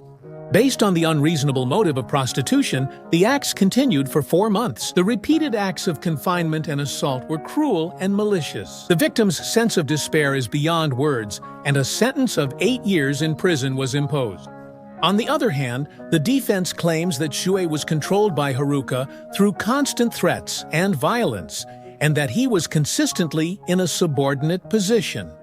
About a month before the victim died, he was hospitalized and had told Shue to stop the violence. Based on this, it was concluded the conspiracy had ended before the hospitalization. They requested a suspended sentence. Afterward, Haruka, the defendant, made this statement in her closing remarks. "I apologize to the victim.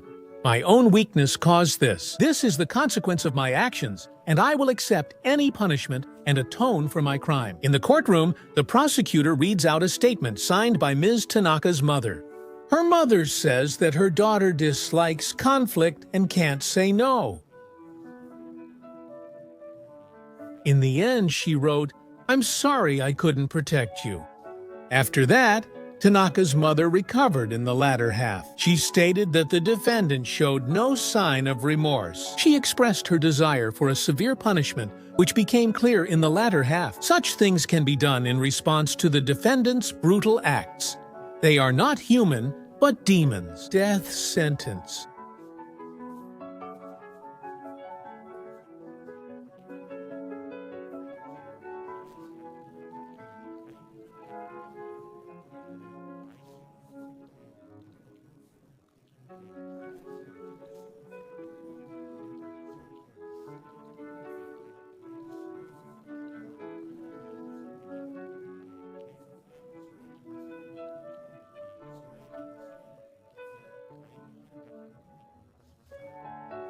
Verdict: June 30th at the time of video production. Regarding whether or not to appeal this verdict, the defense says they will discuss it with the defendant and then decide. Tanaka-san was known for having a kind heart toward everyone, caring deeply for his family, and looking after his younger brother. Why? Why did someone like Tanaka-san become a target? And why did he have to lose his life? Trials for the defendant, Kaifu Gakubu, and the defendant, Takagi, are scheduled in the future. What charges will they face? What kind of punishment will be handed down? And furthermore, is there any truth to this case?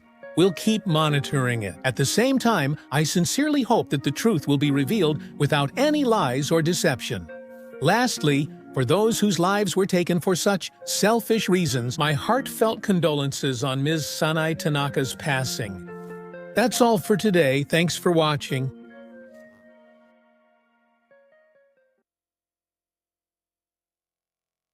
At about 9:45 p.m. on September 28, 2015, located in Teraoyama-cho, Onwei-cho, Ise City, Mie Prefecture, the body of a high school girl in uniform was found near the monument. The person found was Eiichi-san, an 18-year-old student attending a municipal high school in the prefecture. The person who reported it was a man known as A, also 18 years old, who was Eiichi-san's boyfriend and attended a different high school. The report was urgent, saying that someone had collapsed. He said he was performing chest compressions, and police and paramedics arrived immediately after the call. But there, an unusual scene was unfolding. The victim's mother, friends from the same high school, a romantic partner, and as many as 9 people in total were standing around the body. The body had a chest stab wound, and a blood-stained kitchen knife with a 20-centimeter blade was found nearby. The wound in the chest reached the heart, and unfortunately, Mr. H was pronounced dead at the scene. The results of the subsequent judicial autopsy: Eiichi died almost instantly from hemorrhagic shock caused by a stab wound to the chest. No external injuries other than the stab wound were found on the body. Other than that, Eiichi's clothes showed no signs of disturbance. Given that she suffered a wound deep enough to reach her heart with a single stab, it's unlikely that she resisted. And then, on the following day, September 29th, a certain individual was arrested in connection with this case. The charge was murder at the dining table. In other words, he claimed that Eiichi-san asked him to kill, so he did. That person was an 18-year-old male student, B, who attended the same high school and was a close friend of Eiichi-san. He largely admitted to the charge, but according to what he said, Eiichi-san had always had suicidal thoughts and asked me to kill him. He lay on his back. He said he stabbed her from above with a kitchen knife, and after killing Eiichi-san, also thought about suicide. During interrogation, he claimed killing Eiichi-san would save Eiichi-san. He said it would be pitiful if he didn't do it himself. Police used his confiscated cell phone to obtain information. They shared no information about it. What happened between the two of them? As of now, in 2023, it still remains a mystery.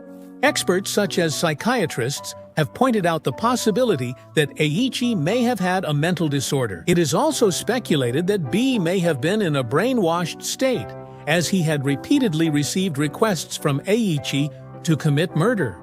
If what B said is true, then this case would be considered a case of murder on request. But in fact, there are still some puzzling mysteries remaining in this case. The truth remains unclear at this point. Was it truly murder for hire, or is there another truth? Let's examine the victim's words and actions before and after the incident. We'll also discuss the details of that day and the mysterious, unexplained aspects that remain. First of all, it's true that Mr. H, the victim in this case, had suicidal thoughts for some time. Mr. H lived with his mother, just the two of them. He was quiet by nature and liked anime. He was in the high school drama club, cared for his juniors, and had excellent grades. After graduating, he considered a nursing career. However, he was mentally unstable, with intense self-denial and inferiority. He often said, "Someone like me has no value even if I'm alive," which became a catchphrase among those around him. Like a catchphrase. You say it like that, like that.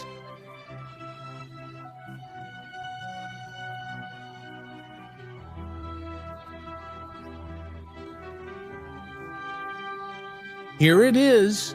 A is posting something like this on an internet message board. Mr. H said he plans to elope and break in with B. She is a friend who is starved for affection. She's in a messy relationship. After that, Mr. H's family immediately filed a missing person report, and 3 days later, the police safely found them. She was searching for a place to die, but Mr. B convinced her to reconsider, so she moved on. And in the second semester, she was living her student life as usual. The school also had several meetings with Ms. H, and it seemed like she had recovered. "I will never think about committing suicide again." That's what she said. And after that, she was never late or absent. However, Perhaps because her mental state was still unstable, the day of the incident finally arrived. On the morning of September 28th, the day of the incident, Ms. H went to school as usual. After that, she was preparing for the sports festival and the cultural festival together with her classmates. She looked so cheerful that no one could have imagined what was about to happen next. But actually, by this time, things had already started moving forward. From here, according to the statement given by B after being arrested, B took a kitchen knife from home that day, made the post, and then finished preparing. He went home from school together with Ms. H and killed her. They headed to Torao Mountain, and when they arrived at the monument at the top, it became the crime scene. He said Ms. H asked him to kill her. So at about 5:10 p.m., he fatally stabbed her in the left chest with a kitchen knife as she requested. Around that time, Ms. H's mother and her boyfriend became suspicious when they couldn't contact her. So they started searching for her. Then, a little after 7 p.m., an unbelievable piece of information came in from B's friend. It was a message from B on LINE, which included B's current location, a confession that he had killed Ms. H, and even a photo that appeared to be of the body. And finally, he wrote that he wanted to die too. After receiving this message, classmates and parents rushed to B around 8 p.m. A little way down from the top of Torao Mountain, they found B sitting there in a daze. But he didn't say anything. After questioning him for over an hour and a half about what happened, he finally began to speak in a low voice, little by little. It became clear that Mr. H was by the monument at the summit, and that he had stabbed Mr. H with a knife. So everyone, including B, headed to the monument at the top. At about 9:45 p.m., Mr. H was found and authorities notified. Up to this point, everything happened just as B later testified. It seems highly likely that this case is a dining table murder. But in fact, there are doubts about whether it really is a dining table murder. It is said that there are some puzzling mysteries, and there are two of them. The first is about B and the incident. On the day of the incident, B sent a message to his partner saying, "I'm going to kill H now." Furthermore, he took a kitchen knife from his home. According to his statement, when they arrived at the monument at the top of Torao Mountain, H supposedly asked him to kill her. Why? That day, he took out a kitchen knife and killed Miss H in advance. Was he able to have that conversation? The second point is that on the day of the incident, classmates witnessed the two of them arguing. It's still unclear what exactly they were arguing about. What was the relationship between Mr. H and B? They were classmates in their second year of high school, but in different classes in their third year. However, they were so close that they always had lunch together. Even though each of them had a partner, friends say they were always together. He was serious, got along with his family, and kindly cared for his siblings. Neighbors were puzzled, saying he didn't seem like someone who'd cause trouble. Mr. H and Mr. B reportedly faced difficulties. It wasn't that they had nothing in common, but they both liked anime, and it seems they could talk to each other about anything. They called each other best friends. There was even a story that when Mr. H was feeling down, he hugged Mr. B until he calmed down, showing that Mr. B was a great emotional support for Mr. H. But is doing as he says really what's best for her? Maybe not. If I don't help her, she won't be saved. As mentioned earlier, though some mysteries remain, Mr. H clearly saw Mr. B as special. This incident may have occurred because Mr. H thought only Mr. B could resolve his worries and fulfill his wishes. Later, Mr. B was sent to juvenile detention, ending the case, but the incident scene, Torao Mountain, inspired the romance novel The Sky Where Half the Moon Rises. It was used as a setting for anime and television dramas. Mr. H's body was discovered at the mountain's peak. The monument was a popular spot for fans to visit as a sacred place for romance. He liked anime, for the two of them, for both of them. It's not clear whether this place was special to them or not, but the truth is that this case overlaps with the content of the anime. And many people believe that this was a premeditated contract killing. The heroine of the anime was afflicted with tuberculosis. Don't you think H-san, who was set to be 17 years old, saw herself in that heroine? She wanted to die before turning 18. murdered. That day, the moon will be closest to Earth. This is also one of the elements modeled after the final scene of the anime. In this case, we can't really know Mr. H's true feelings. But am I the only one who feels an indescribable, heart-rending sadness coming through? What if someone important to you begged you to kill them? If that happened, what would you do? When classmates and guardians rushed to the scene, B was in a daze, but no one tried to approach her body. That's right. Well then, that's all for today. Thank you for watching. Okutama, at Tokyo's westernmost edge, contrasts with the usual big city image of Tokyo. With its natural setting and location, you can camp, fish in streams, and explore limestone caves. It's gaining popularity as a highly popular tourist spot. If you take the Nippura Kaido from Okutama town and continue, you'll find something. There's a worn-out sign, and on it, in faded handwriting, it says this: On March 11th, 2003, the wrist and thick jet-black hair of a woman between her 20s and 40s were found at the bottom of a cliff on a road in Okutama town. If you saw anything, please let us know. The latter part of the text, which was probably written in red by the investigation headquarters of the Ome Police Station, Tokyo Metropolitan Police Department, is already worn away and cannot be read. It's far removed from a peaceful scene. There's an intense, unsettling atmosphere and a strange sense of rawness. This signboard, what I'm going to introduce this time, is this. March 11th, 2003, Heisei 15. March 11th, 2003, Heisei 15. March 11th, 2003, Heisei 15. March 11th, 2003, Heisei 15. March 2003, Heisei 15. In March 2003, Heisei 15, on March 11, near where the head was discovered, the left wrist and right ankle were found one after another. Furthermore, the search area was expanded. The next day, March 12, it was believed to belong to the same person. A part of the right forearm and some hair were discovered. Despite continued efforts in the search, the rest remains missing. Most of the body still has not been found. As of now, it is July 18, 2023 at the time of writing. Snow was piled on the right forearm that was found on March 12. And since there was snowfall on March 6, it is believed that the body was abandoned before that, and these were listed as the victim's characteristics. She was about 155 centimeters tall, had a slightly chubby build, extremely coarse black hair, and her hair was about 15 times thicker than average. She had a 15-centimeter scar on her little toe. On her toenail, there was red nail polish made by Nihon L'Oreal. Furthermore, according to the autopsy results, it was found that the body had been cut with a saw-like blade. However, after this, there was no information that could lead to identifying the person. No information, such as clues about the weapon used or other evidence that could help solve the case, has been found. Also, not only has the suspect not been identified, but there are no details about their characteristics or even any speculation as to why the incident occurred. Identification mainly uses personal belongings and physical traits as clues. If identification is still difficult, the individual is identified by things like the shape of their teeth or dental treatments. Dental records and DNA analysis are used. In this case, no personal belongings were found at all, and the remains that were discovered were also limited. It was impossible to identify the person based on physical characteristics.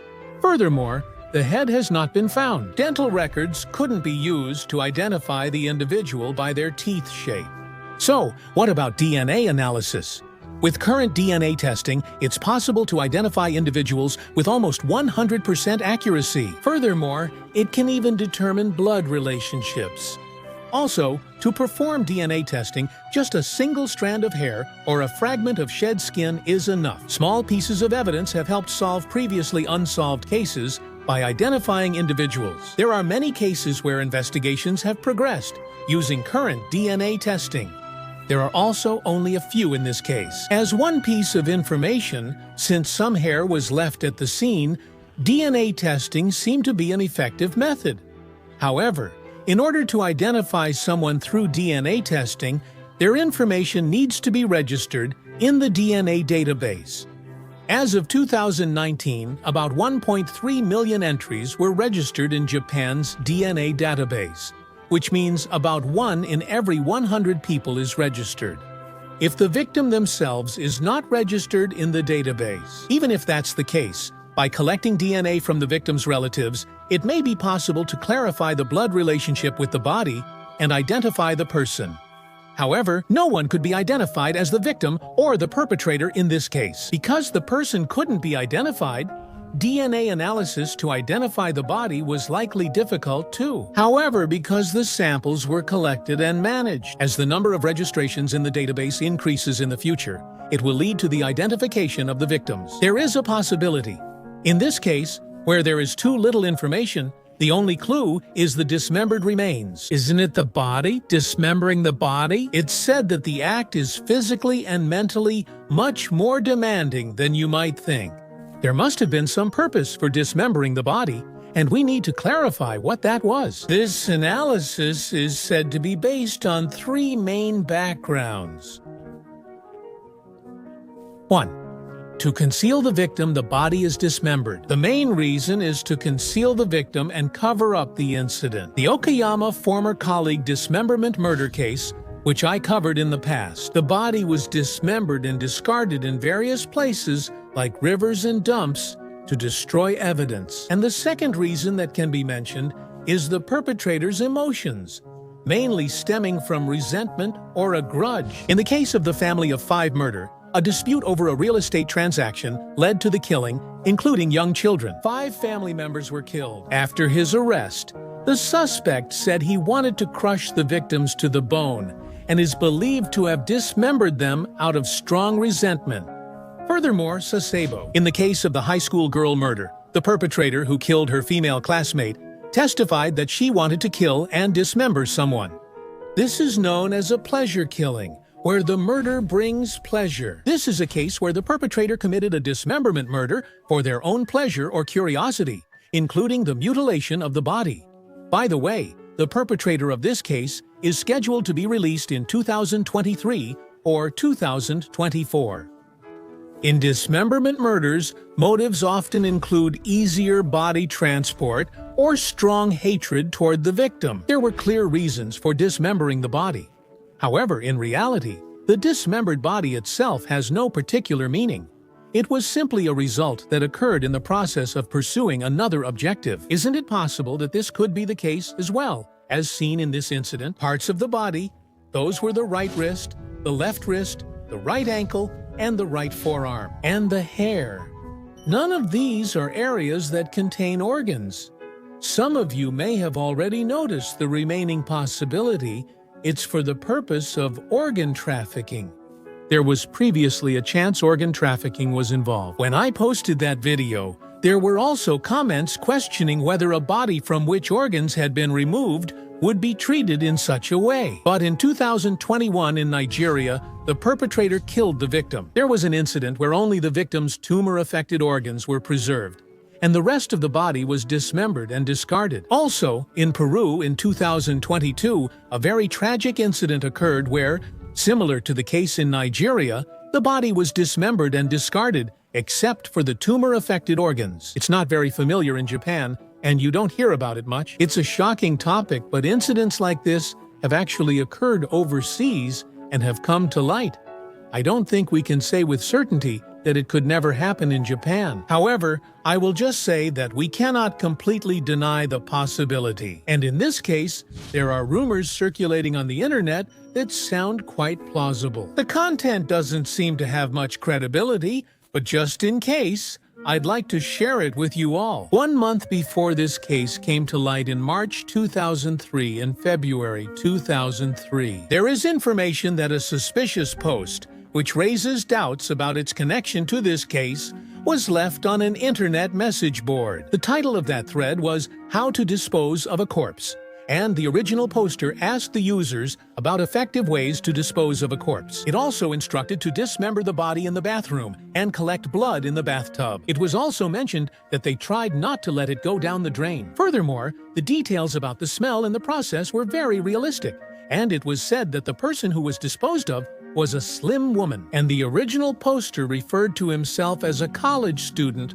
according to what he said. He was certain that the victim's relatives would not file a missing person report. However, the truth is that there are some inconsistencies between the content of the thread and this case. It was said that a kitchen knife was used for the dismemberment, but the body was found to have been cut with a saw-like blade. A post claimed the person was thin, but the found body was chubby. The original poster also said they'd buried the body. However, when the body was discovered in this case, it had not been buried. Because of these things, it is believed that in the end, they were completely unrelated. The identity has not been determined. In other words, the body. Some even wonder if that person might still be alive. It's also possible that there are family members or relatives still waiting for their return. For the deceased and for the family members waiting for their return, I sincerely hope for a quick identification and resolution of the case. Thanks for watching. That's all for today. Thank you very much. On April 15th, 2015, just after 11 a.m. in Hayashi City, Gunma Prefecture, someone passing by on a bicycle noticed what appeared to be a human body floating under the bridge of the Tatara River. A man called the emergency number to report it. When the police officers arrived immediately, they found the body of a woman floating face down in the river, which was about 10 meters wide narrow, and had little water, with tall weeds growing thick on both banks. The body was about 150 centimeters tall, dressed in a white shirt and brown pants. Something like a white pillowcase was covering her head, and something like a scarf was wrapped around her neck. It looked strange. Later, investigation revealed the body was a resident of Ashikaga City, Tochigi Prefecture. It was identified as Takashi Hagiwara, who was 84 years old at the time. The Gunma Prefectural Police suspect that someone left Mr. Hagiwara's body there. They set up an investigation headquarters for an abandoned body case and began their investigation. Mr. Hagiwara was found dead.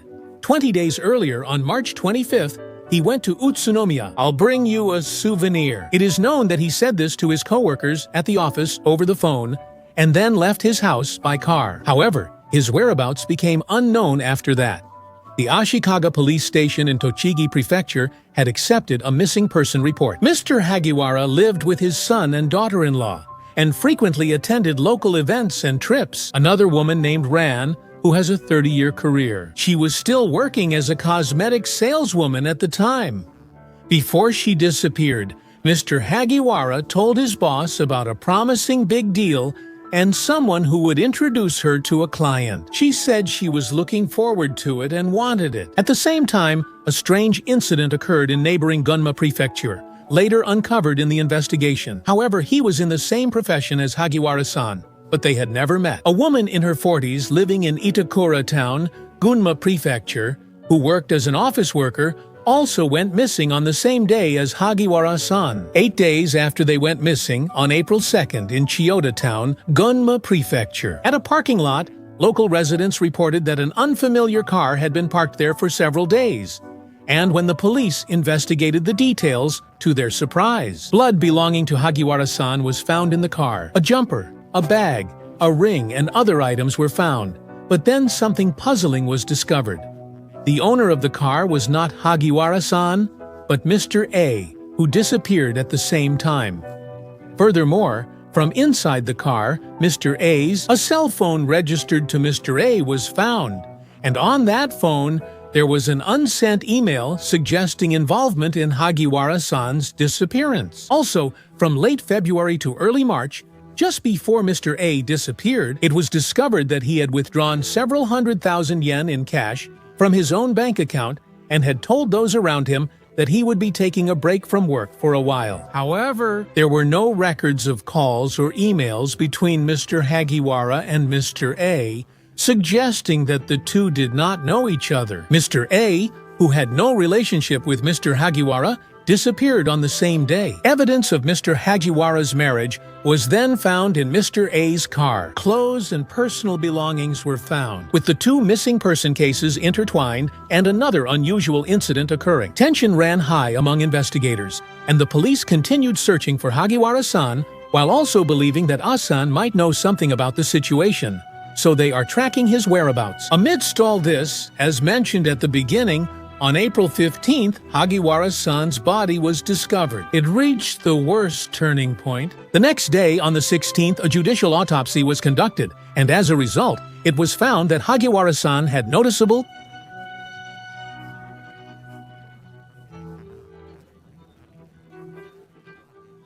injuries. Police established an investigation headquarters for the corpse abandonment case and are also considering murder as they proceed. And in the course of that investigation, various new facts are coming to light. According to reports, after Ms. Hagiwara disappeared, several million yen in cash was withdrawn from her bank account. And when the money was withdrawn, the bank's security camera clearly captured the person. But the person shown was not Ms. Hagiwara, but surprisingly, Mr. A. Based on these facts, the police were convinced that Mr. A was involved in the case and began tracking his movements. However, about 2 months later, on June 26th, the case took another sudden turn. It was believed that he was involved in Ms. Hagiwara's disappearance and death. Mr. A was seen traveling through Abiko City, Chiba Prefecture. He was found floating in the Tone River, his appearance completely changed and lifeless. According to the autopsy results, a large amount of water was found in his lungs. Although his death was considered suspicious, the cause of death remained unknown. It was estimated that more than 2 months had passed since he died. It was truly a case where the dead tell no tales. The key person who could have revealed what happened was found dead. It was clear the investigation after that would be very difficult. 2 women disappeared simultaneously. A car with bloody clothes was found, and money was withdrawn from their accounts. Ms. A's figure. The 2 women were later found dead under mysterious circumstances in different rivers. In addition to these, the authorities also found them in mysterious locations. There were also many mysteries, such as Ms. Hagiwara's car standing in the way. There are the police.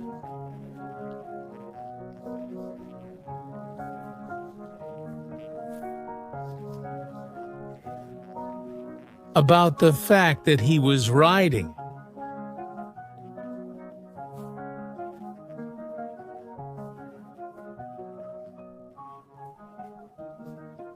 After 2 years, with the corpse abandonment case still unsolved after 3 years, police kept investigating with a team of 46 officers, interviewing those involved and urgently searching for clues. And finally, after years of investigation, they reached one woman, Kazuko Ochiai, who was 43 years old at the time. Ms. Ochiai was an acquaintance of Mr. Hagiwara through work and a friend of Ms. A.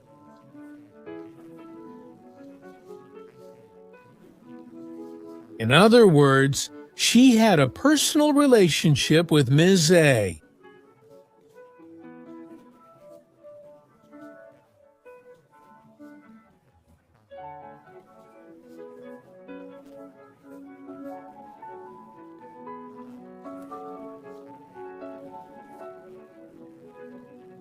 However, they questioned this statement and continued the investigation. As a result, it was found that she also knew Mr. Hagiwara. They determined that Mr. Ochiai was involved in the incident. On January 24, 2018, suspect Ochiai was arrested for allegedly abandoning a body. It took about 2 months for the charges to be established, making it an arrest drama right at the last minute. The mysterious disappearance and death of 2 unidentified women. The points shrouded in mystery remain a puzzle. It was finally connected by the suspect, Ochiai, and about a month later, on February 13th, the Mabashi District Public Prosecutor's Office decided to indict Mayai on suspicion of abandoning a body, but investigators believe that Ochiai is also involved in the murder.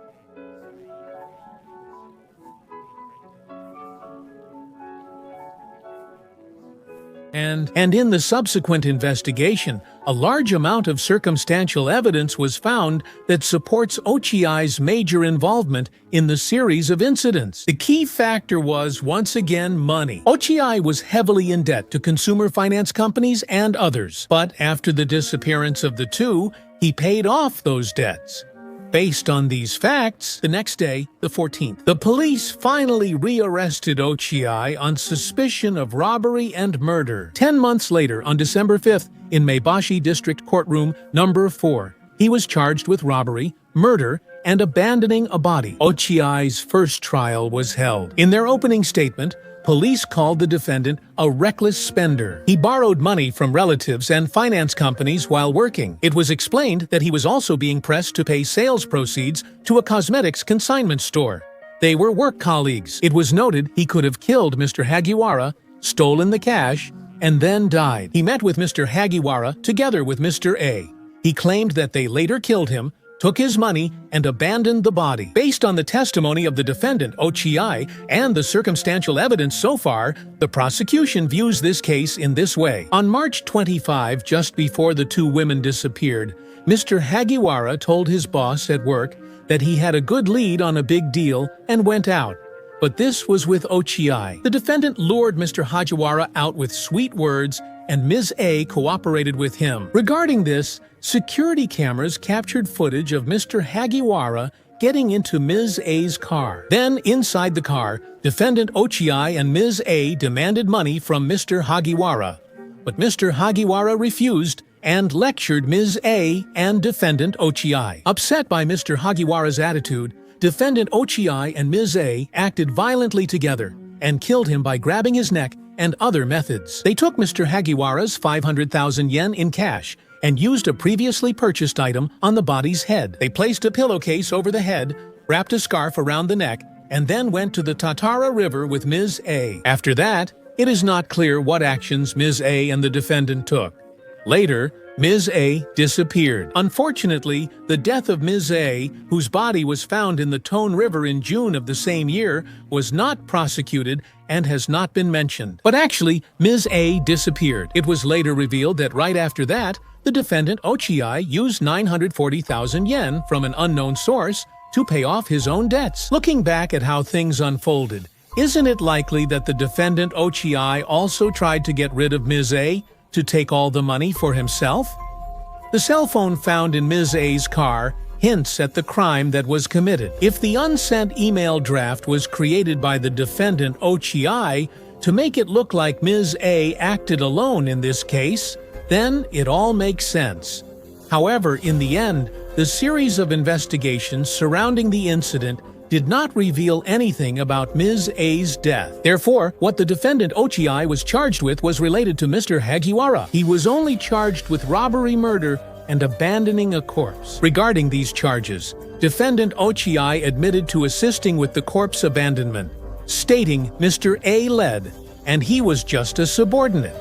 He fully denied involvement in the robbery murder, testifying that Mr. Hagiwara and Mr. A argued and fought in the car, after which Mr. Hagiwara stopped moving. The prosecution argued that after the crime, it would have been impossible for the defendant Ochiai to prepare the money to repay his debts on his own. They noted that Mr. A, seen as an accomplice, was not in financial trouble, suggesting he was forced to take Mr. Hagiwara's life.